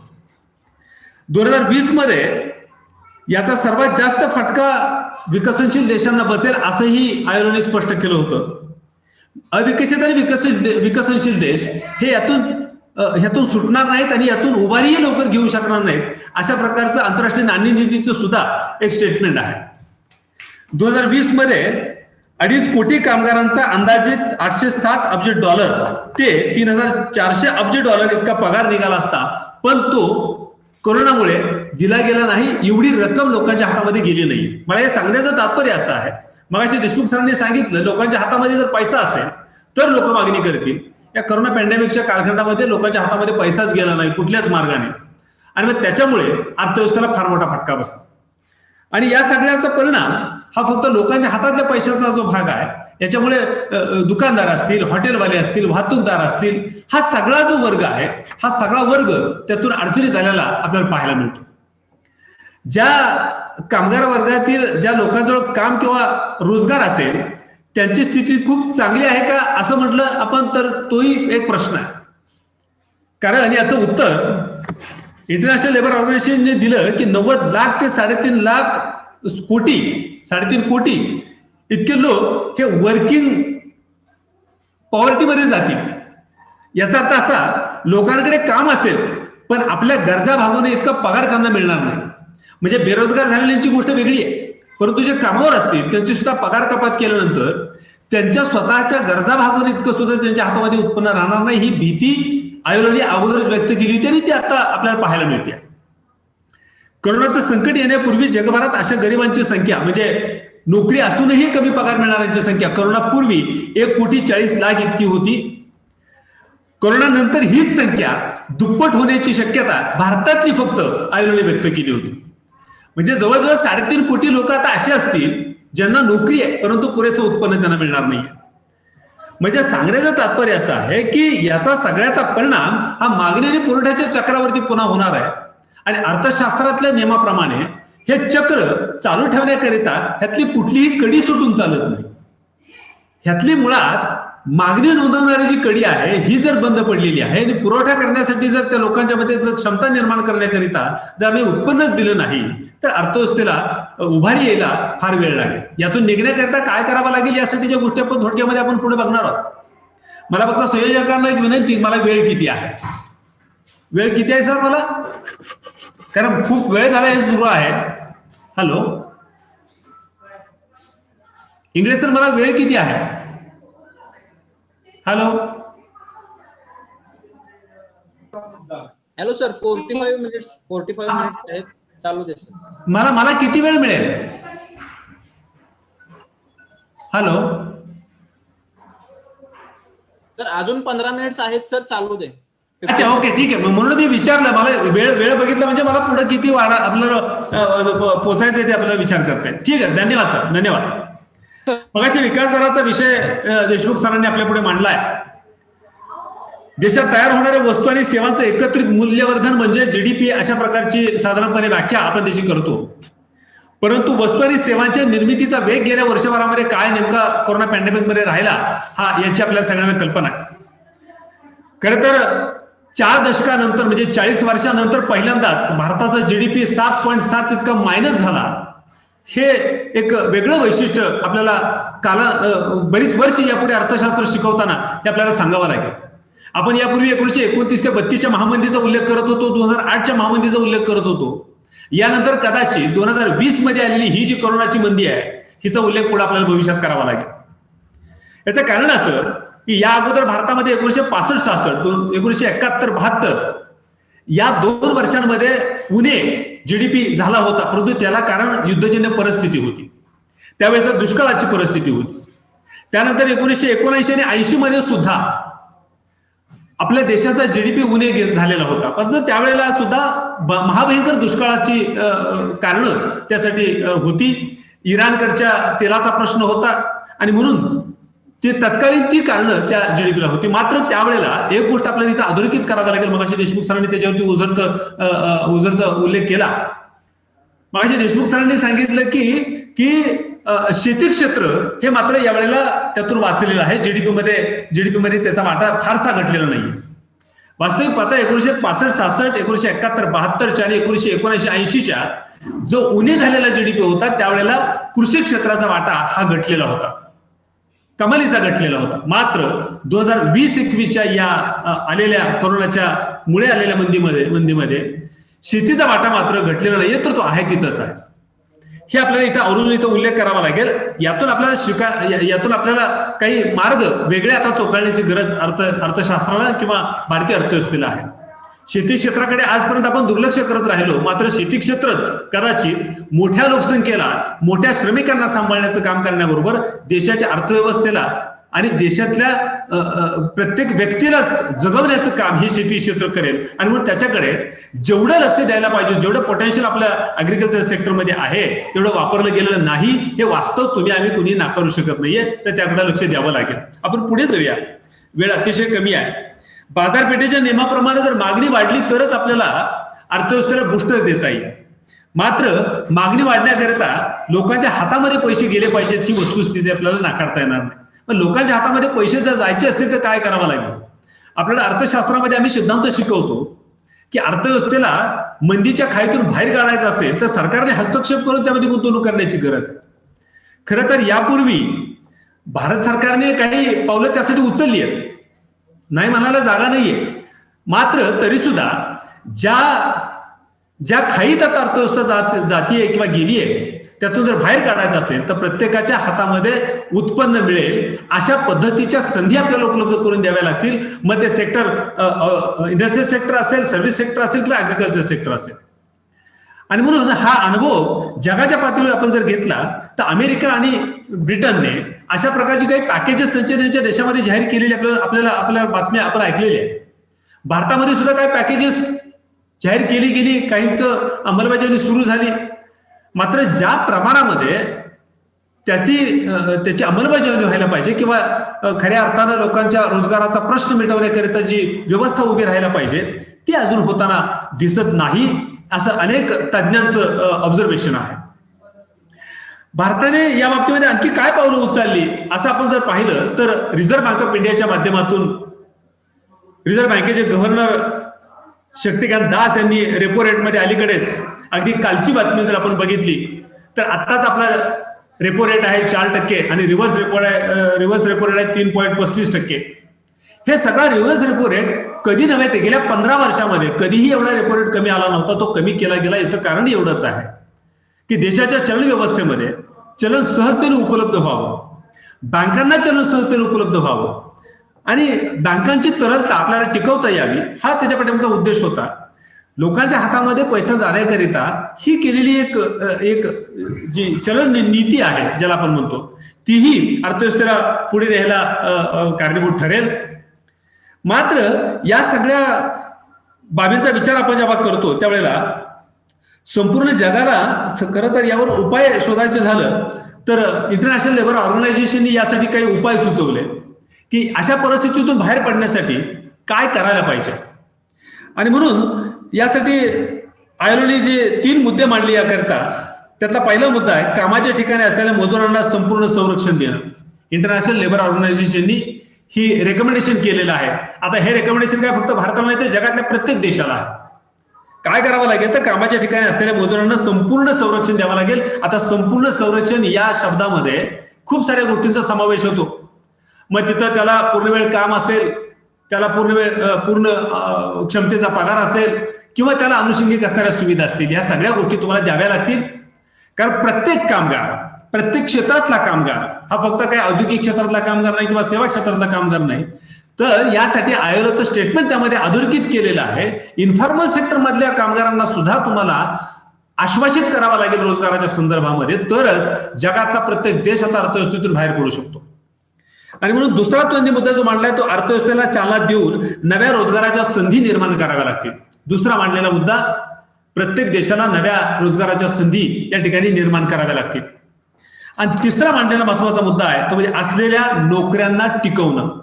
म्हणजे असलेले उद्योग, असलेले व्यवसाय हे बंद पडणार नाहीत याची काळजी त्या सरकारने घ्यायला पाहिजे. हे आयोगाचं ऑब्झर्वेशन आहे. आणि म्हणून या सगळ्यांकडे आपण जेव्हा पाहतो त्यावेळेला या सगळ्या उपाययोजनांबरोबरच लोकांना सामाजिक सुरक्षितता उपलब्ध करून देणं, नोकरदारांना पगारी सुट्ट्या देणं किंवा वेगवेगळ्या प्रकारचे अनुदान देऊन लोकांच्या हातामध्ये पैसा कसा पोहोचेल हे करायला पाहिजे. अशा प्रकारची भूमिका इथं आयोगाने घेतलेली बघायला मिळते. अर्थक्रांतीचे जे तज्ज्ञ आहेत त्या तज्ज्ञांची काही व्याख्यान आपण ऐकली किंवा ऐकवत आली. त्यांनी मांडलेलं मत जे आहे ते असं म्हणतात की खरं तर आता लोकांच्या हातामध्ये सरकारने स्वतःहून पैसे दिल्याशिवाय अर्थव्यवस्थेला बूस्टर मिळणार नाही. कारण नोकऱ्या द्यायच्या तर उद्योग चालू नाहीयेत, व्यवसाय चालू नाहीयेत, तर नोकऱ्या देणार कोण? तर थेट लोकांच्या खात्यामध्ये पैसे जमा करण्याची जी स्कीम आता सेंट्रल गव्हर्नमेंटने सुरू केली आहे, अशाच प्रकारची काही वेगळी स्कीम आपल्याला बेरोजगारांसाठी करता येईल का, अशा प्रकारची योजना राबवता येईल का, अशा प्रकारचे वक्तव्य काही तज्ज्ञांच्याकडून आलेले आपल्याला बघायला मिळतात. कोरोनाचा खरं तर जागतिक स्तरावरती आलेले अनिश्चिततेचं सावट हे कायम राहील का काय, अशा प्रकारची भीती आता व्यक्त केली जाते. परंतु निश्चितपणाने जगभरातल्या प्रत्येक देशामध्ये आज जी काही उपाययोजना केली जाते ती जर पाहिली तर थोड्याच कालावधीमध्ये कदाचित या संकटातून जगातला प्रत्येक देश आणि भारत तर नक्की बाहेर पडेल. याचं कारण असं, अलीकडे जर आपण शेअर मार्केटचा आढावा जर घेतला तर शेअर मार्केट वाढताना आपल्याला बघायला मिळतं. याचा अर्थ असा शेअर मार्केटमध्ये गुंतवणूक होतीये आणि हे कदाचित अर्थव्यवस्थेला पुन्हा प्रोत्साहित करण्यासाठी हे आवश्यक आहे. भारतीय अर्थव्यवस्थेमध्ये अधिक फटका बसलेलं जे क्षेत्र आहे ते म्हणजे रोजगार क्षेत्र आणि शेती क्षेत्र. आता रोजगार क्षेत्र म्हटलं तर या बाकी सगळ्या गोष्टींचा प्रश्नाचा उहापोह मी यापूर्वी केला. भारतीय अर्थव्यवस्था परस्पर विरोधी अशा अनेक गोष्टींचा अनुभव घेते. कोरोना संकटाचा संभ्रम अजून संपलेला नसताना या गोष्टीकडे आधी जागरूक भारतीय नागरिक म्हणून आणि नंतर एक गुंतवणूकदार म्हणून उघड्या डोळ्यांनी पाहण्याची गरज आता खरं तर निर्माण झालेली आहे.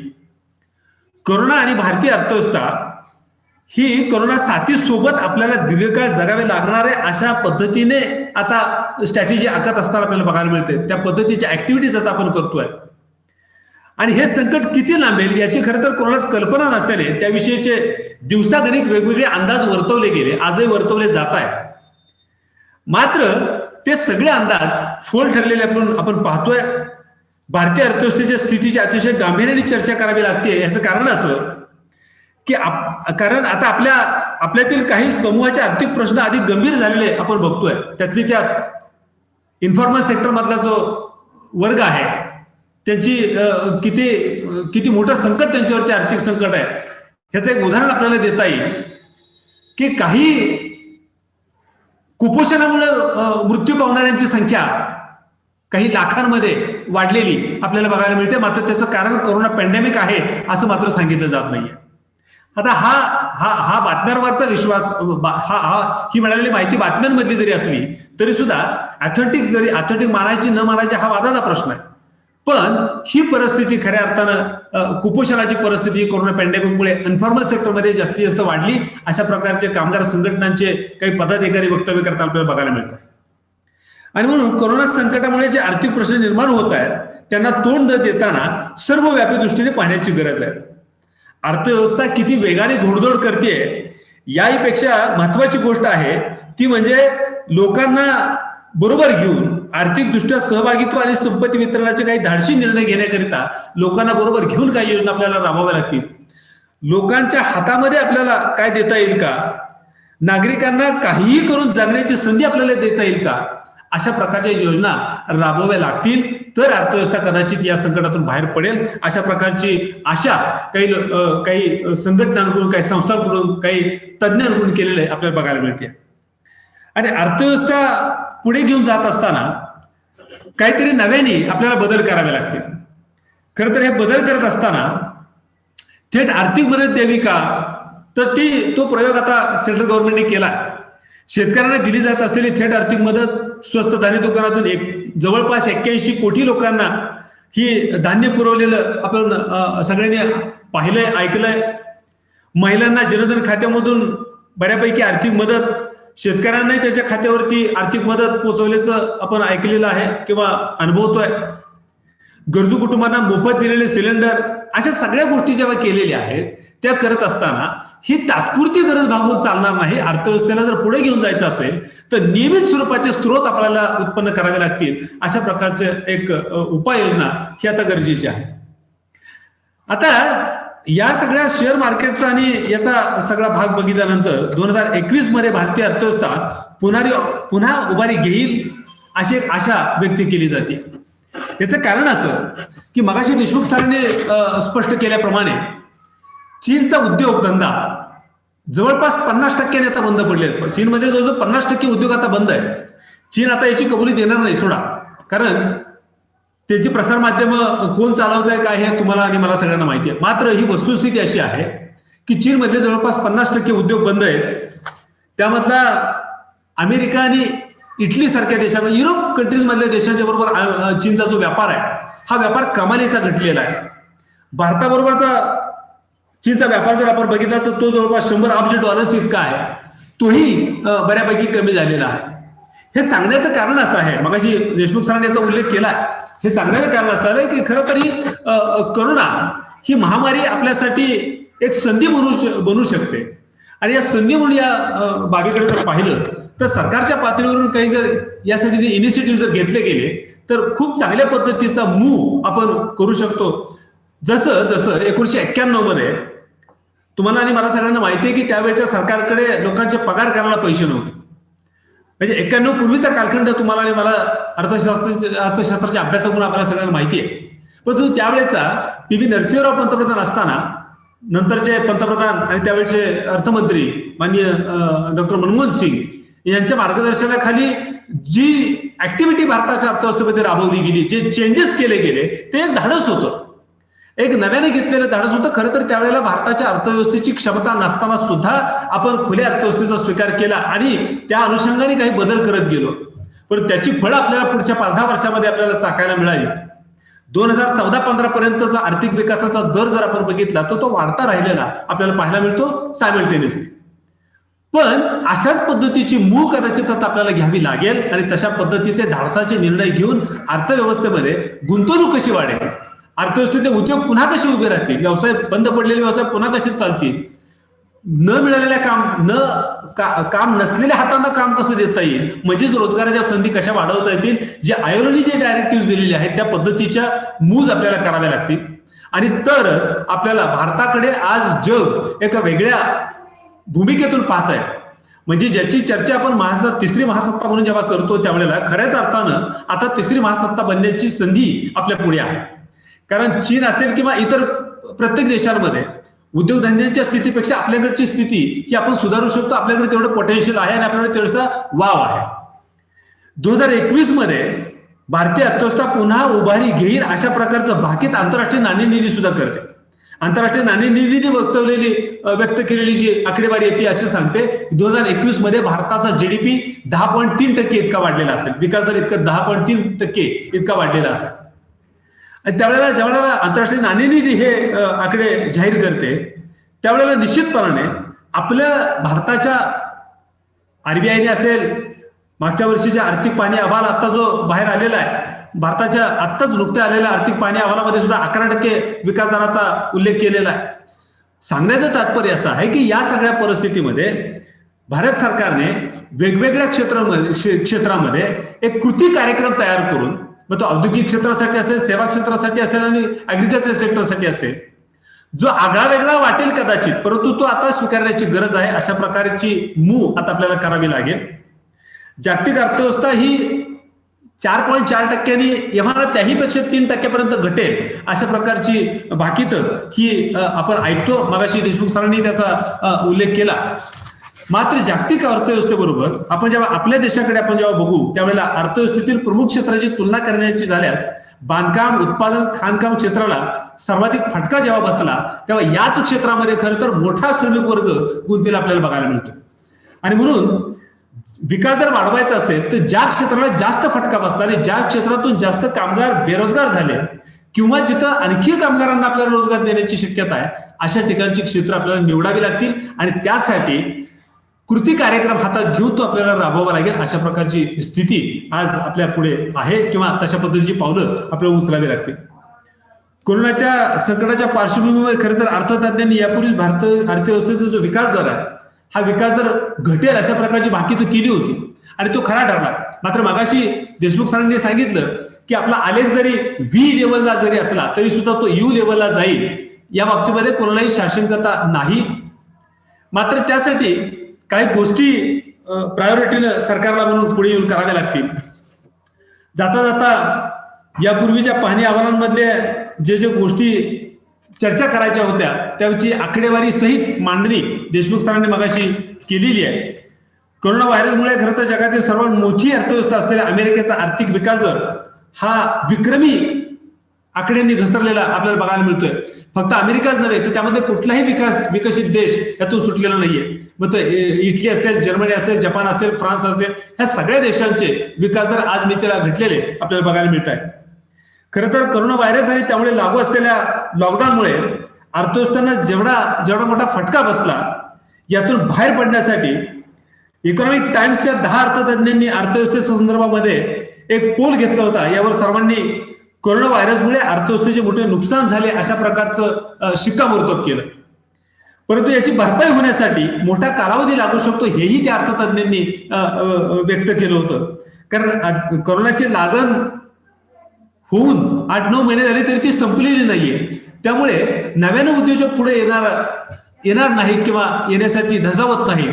यासाठी त्यांनी जी सुचवलेली जी उपाययोजना आहे, मागाशी जी आयएलओचा उल्लेख आपण जो केला तेच अर्थतज्ञांनी पुढे येऊन शिफारस केली आहे की जे ते सांगतात की सरकारने उद्योग आणि व्यवसायांसाठी कमी व्याजदराने एव्हाना काही कालावधीसाठी व्याजामध्ये सूट देऊन त्यांना अर्थपुरवठा करावा, तरच देशाच्या अर्थव्यवस्थेतील उद्योग आणि व्यवसाय हे पुन्हा उभारी घेतील. वास्तविक पाहता याचे संदर्भ जर आपण बघितले ते संदर्भ वेगवेगळ्या कमिट्यांनी, वेगवेगळ्या तज्ञांनी हे व्यक्त केलेले अहवाल आपल्याला पाहायला मिळतील. आर्थिक सुधारणा हा खरं तर शब्दप्रयोग आता भारतामध्ये पुन्हा एकदा वापरला जाऊ लागला. म्हणजे 1991ला जेव्हा आर्थिक सुधारणाचं वर्ष म्हणून ज्याला आपण ओळखतो तसंच कदाचित आता 2021 हे जे आज या वर्षापासून सुरू झालेलं दशक आहे हे कदाचित पुन्हा एकदा आर्थिक सुधारणांचं दशक म्हणून याला ओळखलं जाईल. कारण कोविड-19च्या साथीमुळे देशाचे अर्थचक्र पूर्ण जे गाळात रुतलेलं नव्हतं मुळातच, त्याला फक्त आता गती देण्याची गरज आहे आणि ती गती देण्याकरिता जी उपाययोजना केली जाईल ती उपाययोजना त्या नव्या धोरणाच्या रूपाने पुढे येईल अशा प्रकारची एक शक्यता आता वर्तवली जाते. आणि म्हणून सध्याच्या केंद्र सरकारमधून सन्माननीय पंतप्रधान नरेंद्र मोदींनी खरं तर मोजक्या सुधारणा ह्या अलीकडे केलेल्या आहेत, ज्यामध्ये मगाशी सरांनी उल्लेख केला होता. काही जीएसटीचे कायद्यामधला बदल असेल, नोटबंदी सारखा तो प्रयोग असेल, असे जे धाडसी निर्णय त्यांनी घेतले. मात्र तशाच प्रकारचा हा धाडसी निर्णय घेऊन एक नवीन आर्थिक सुधारणांचं पर्व त्यांनी आणावं अशा प्रकारची आशा वेगवेगळ्या विचारवंतांकडून व्यक्त केली जाते. कोविड-19 मुळे आरोग्य आणि आर्थिक क्षेत्रावर पडणारा जो प्रभाव आहे हा खरं तर वेदनाकारक आहे. कारण वेदनाकारक अशा अर्थाने अनेक लोकांना जीव गमवायला लागण्याबरोबर अनेक लोकांचे उपचार घेण्याकरिता जो झालेला खर्च आहे त्याच्यामुळे लाखो कुटुंब हे वेगळ्या आर्थिक संकटामध्ये सापडलेले आपल्याला बघायला मिळतात. केंद्र सरकारने अनेक प्रकारच्या ज्या सुधारणा केल्या त्या सुधारणा अलीकडच्या कालावधीतून बाहेर काढण्यासाठी आपल्याला कितपत उपयोगी पडतील हा पुढे जाऊन संशोधनाचा विषय ठरेल. यामध्ये कृषी क्षेत्राच्या बाबतीमध्ये अलीकडेच सरकारने केलेले कायदे असतील, उद्योगाच्या संदर्भात प्रामुख्याने कामगारांच्या संदर्भात केलेला कायदा असेल, हा कोरोनाच्या अगोदर होऊन त्याचे परिणाम आता पुढच्या कालावधीमध्ये पुन्हा आपल्याला भोगावे लागतील किंवा त्या बाबतीमध्ये जे काही आउटपुट निघतील ते आपल्याला अभ्यासावे लागतील. सरकारने जाहीर केलेल्या वेगवेगळ्या योजना आणि सध्या भारतीय अर्थव्यवस्थेची असणारी स्थिती आणि कोरोनाचं संकट हे अत्यंत बिकट परिस्थितीला जन्म घालतं की काय, अशी परिस्थिती आपल्याला आताच्या शेतकरी आंदोलनावरून, यापूर्वी झालेली कामगारांची आंदोलन असतील किंवा पुढे काही राज्यांमध्ये होऊ घातलेल्या आंदोलनाचा विचार आपण जर केला तर कदाचित हे संकट कोरोनाच्या संकटाबरोबर आणखी आपल्या अर्थव्यवस्थेला अडचण तर निर्माण करणार नाही ना, अशा प्रकारची स्थिती आपल्याला इथं पाहायला मिळते. खरं तर या साथीच्या आजाराचा आणि लॉकडाऊनचा फटका भारतीय अर्थव्यवस्थेला येणाऱ्या काळातही बसेल कदाचित. जर देशात सुधारणा लागू करण्यासाठी 1991 सारखी परिस्थिती जर आपण निर्माण करू शकलो तर कदाचित या कोरोनाच्या प्रादुर्भावातून अर्थव्यवस्था जी खिळखिळी झालेली आहे त्या अर्थव्यवस्थेला आपल्याला बाहेर काढणं सहज शक्य होईल, अशा प्रकारची आशा आपल्याला इथं व्यक्त करता येईल. साथीच्या संकटाने भारत सरकारला कृती कार्यक्रम करणं भाग पडेल. त्याचबरोबर खरं तर या माध्यमातून केंद्र सरकारबरोबर वेगवेगळ्या राज्य सरकारांनी सुद्धा आपापल्या पातळीवरती जे काही अधिकार आहेत त्या अधिकारांचा वापर करून काही कायद्यांमध्ये बदल करून महाराष्ट्रासारख्या राज्यामध्ये अनेक प्रकारचे बदल करणं शक्य आहे. कारण देशामध्ये सगळ्यात जास्त इफेक्ट झालेलं जर कुठलं राज्य असेल तर ते महाराष्ट्र, आणि महाराष्ट्रामधून अशा प्रकारच्या उपाययोजनांची अपेक्षा व्यक्त केली जाते. खरं तर हा वेगळा विषय आहे चर्चेचा, त्याच्यावरती खूप सारी चर्चा करता येईल की कोणते कोणते कृती कार्यक्रम आपल्याला राबवता येतील. मात्र इथे एक याचं कन्क्लुजन आपल्याला जर काढायचं झालं तर कोरोना पॅन्डेमिकमुळे भारताला सगळ्यात जास्त फटका बसला असेल तर तो म्हणजे कामगार वर्गाला. आणि कामगार वर्गाला फटका बसला याचं कारण असं की देशाचे उद्योग, सेवा क्षेत्र असेल आणि शेती क्षेत्र असेल हे त्याच्यातून भरलं गेलेलं आहे. मात्र याला पुन्हा जर उभारी द्यायची असेल तर निश्चितपणे मागाशी म्हटल्याप्रमाणे सरकारला यामध्ये जाणीवपूर्वक हस्तक्षेप करावा लागेल. फक्त धोरणं आखून आणि योजना तयार करून भागणार नाहीये, तर प्रत्यक्ष कृती कार्यक्रम करून आपल्याला पुढे जावं लागेल. हे मात्र या ठिकाणी अधोरेखित करावं लागेल. धन्यवाद. मी या ठिकाणी थांबणार आहे वेळेचा विचार करता, आणि संयोजकांना मी यासाठी धन्यवाद देईल की अतिशय चांगल्या प्रश्नावरती तुम्ही हा परिसंवाद घडवून आणलाय, चर्चासत्र घडवून आणलेलं आहे. खरं तर या बाबतीमध्ये एक विचार आपल्याला करावा लागेल की एकाच विषयावरती मगाशी देशमुख सरांनी मांडलेली सांख्यिकी आकडेवारी आणि घेतलेले संदर्भ आणि ऐकणाऱ्यांची मानसिकता, जवळपास 11 वाजता सुरू झालेलं हे चर्चासत्र 1:15 वाजले. ऐकणाऱ्यांची मानसिकता आपल्याला विचारात घेऊन खूप सारी चर्चा करता येईल. परंतु निश्चित जी चर्चा झाली ही चर्चा सगळ्यांच्या विचारात भर पाडणारी आहे. अर्थशास्त्राच्या अभ्यासामुळे आम्हाला काही नवीन उपक्रम करायला लावेल किंवा काही नवीन लिखाण करायला निश्चित प्रोत्साहित करेल, अशा प्रकारची आशा मी या ठिकाणी व्यक्त करतो. अतिशय चांगल्या विषयावरती परिसंवाद किंवा चर्चासत्र घडवून आणल्याबद्दल बळवंत महाविद्यालय विटाला मी शतशः धन्यवाद देतो. आणि या ठिकाणी संयोजकांचे आभार मानून मी या ठिकाणी थांबतो. धन्यवाद. Okay, good afternoon. Good afternoon sir. Doctor Shedge sir, अतिशय छान आणि अभ्यासपूर्ण अशी मांडणी आपण केलेली आहे. कोरोना महामारीचे भारतीय अर्थव्यवस्थेच्या विविध क्षेत्रावर झालेले परिणाम, त्याचबरोबर अशा प्रकारची नैसर्गिक आपत्ती किंवा मानवनिर्मित आपत्ती असेल, ती आपत्ती रोखण्यासाठी काय केलं पाहिजे, कोणती उपाय योजले पाहिजे, त्याची अतिशय अभ्यासपूर्ण मांडणी आपण केलेली आहे. धन्यवाद सर. मी कोकरे सरांना सांगतो की त्यांनी या वेबिनार संदर्भातली सूचना पार्टिसिपंट्सना द्यावी. सर्व रजिस्टर पार्टिसिपंटचे ई-सर्टिफिकेट त्यांच्या ईमेलवरती प्राप्त होतील. यानंतर मी प्राध्यापक प्रशांत गांजवे सरांना विनंती करतो की त्यांनी या वेबिनारचे आभार व्यक्त करावे.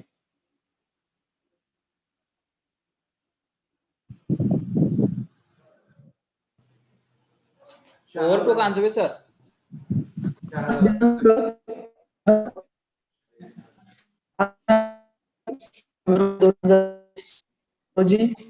महाविद्यालय अर्थशास्त्र विभागाने राष्ट्रीय वेबिनारचे आयोजन केले होते. या वेबिनारचा विषय कोरोना महामारीचा भारतीय अर्थव्यवस्थेवरील परिणाम यासाठी प्रमुख वक्ते प्राध्यापक देशमुख सर, अर्थशास्त्र विभाग, शिवाजी विद्यापीठ कोल्हापूर यांनी आपला वेळात वेळ काढून आम्हाला बहुमोल असे मार्गदर्शन केले. याबद्दल मी त्यांचे आभार व्यक्त करतो. तसेच दुसरे वक्ते प्राध्यापक डी.बी. शेडगे सर, प्राध्यापक शिवाजीराव कदम महाविद्यालय देऊर, जिल्हा सातारा यांनी अर्थव्यवस्थेवरील कोरोना महामारीचा परिणाम या विषयावर आम्हाला बहुमोल असे मार्गदर्शन केले. त्याबद्दल मी त्यांचे आभार व्यक्त करतो. तसेच या महाविद्यालयाचे प्राचार्य डॉक्टर आर.एस. मोरे साहेब यांचे मी आभार व्यक्त करतो. तसेच हा कार्यक्रम पार पाडण्यासाठी आम्हाला तांत्रिक सहकार्य करणारे डॉक्टर प्राध्यापक राहुल पाटील सर यांचे आभार व्यक्त करतो. आणि या अर्थशास्त्र विभागाचे विभाग प्रमुख डॉक्टर प्राध्यापक जयवंत इंगळे सर, डॉक्टर कोपरे यांचे आभार व्यक्त करतो. तसेच तुम्ही सर्वांनी या कार्यक्रमाची शोभा वाढवली तरी तुमचे आभार व्यक्त करतो. आणि अध्यक्षांच्या परवानगी असे जाहीर करतो. धन्यवाद. धन्यवाद sir. With kind permission of the President, I declare here the today's program is over. Thank you.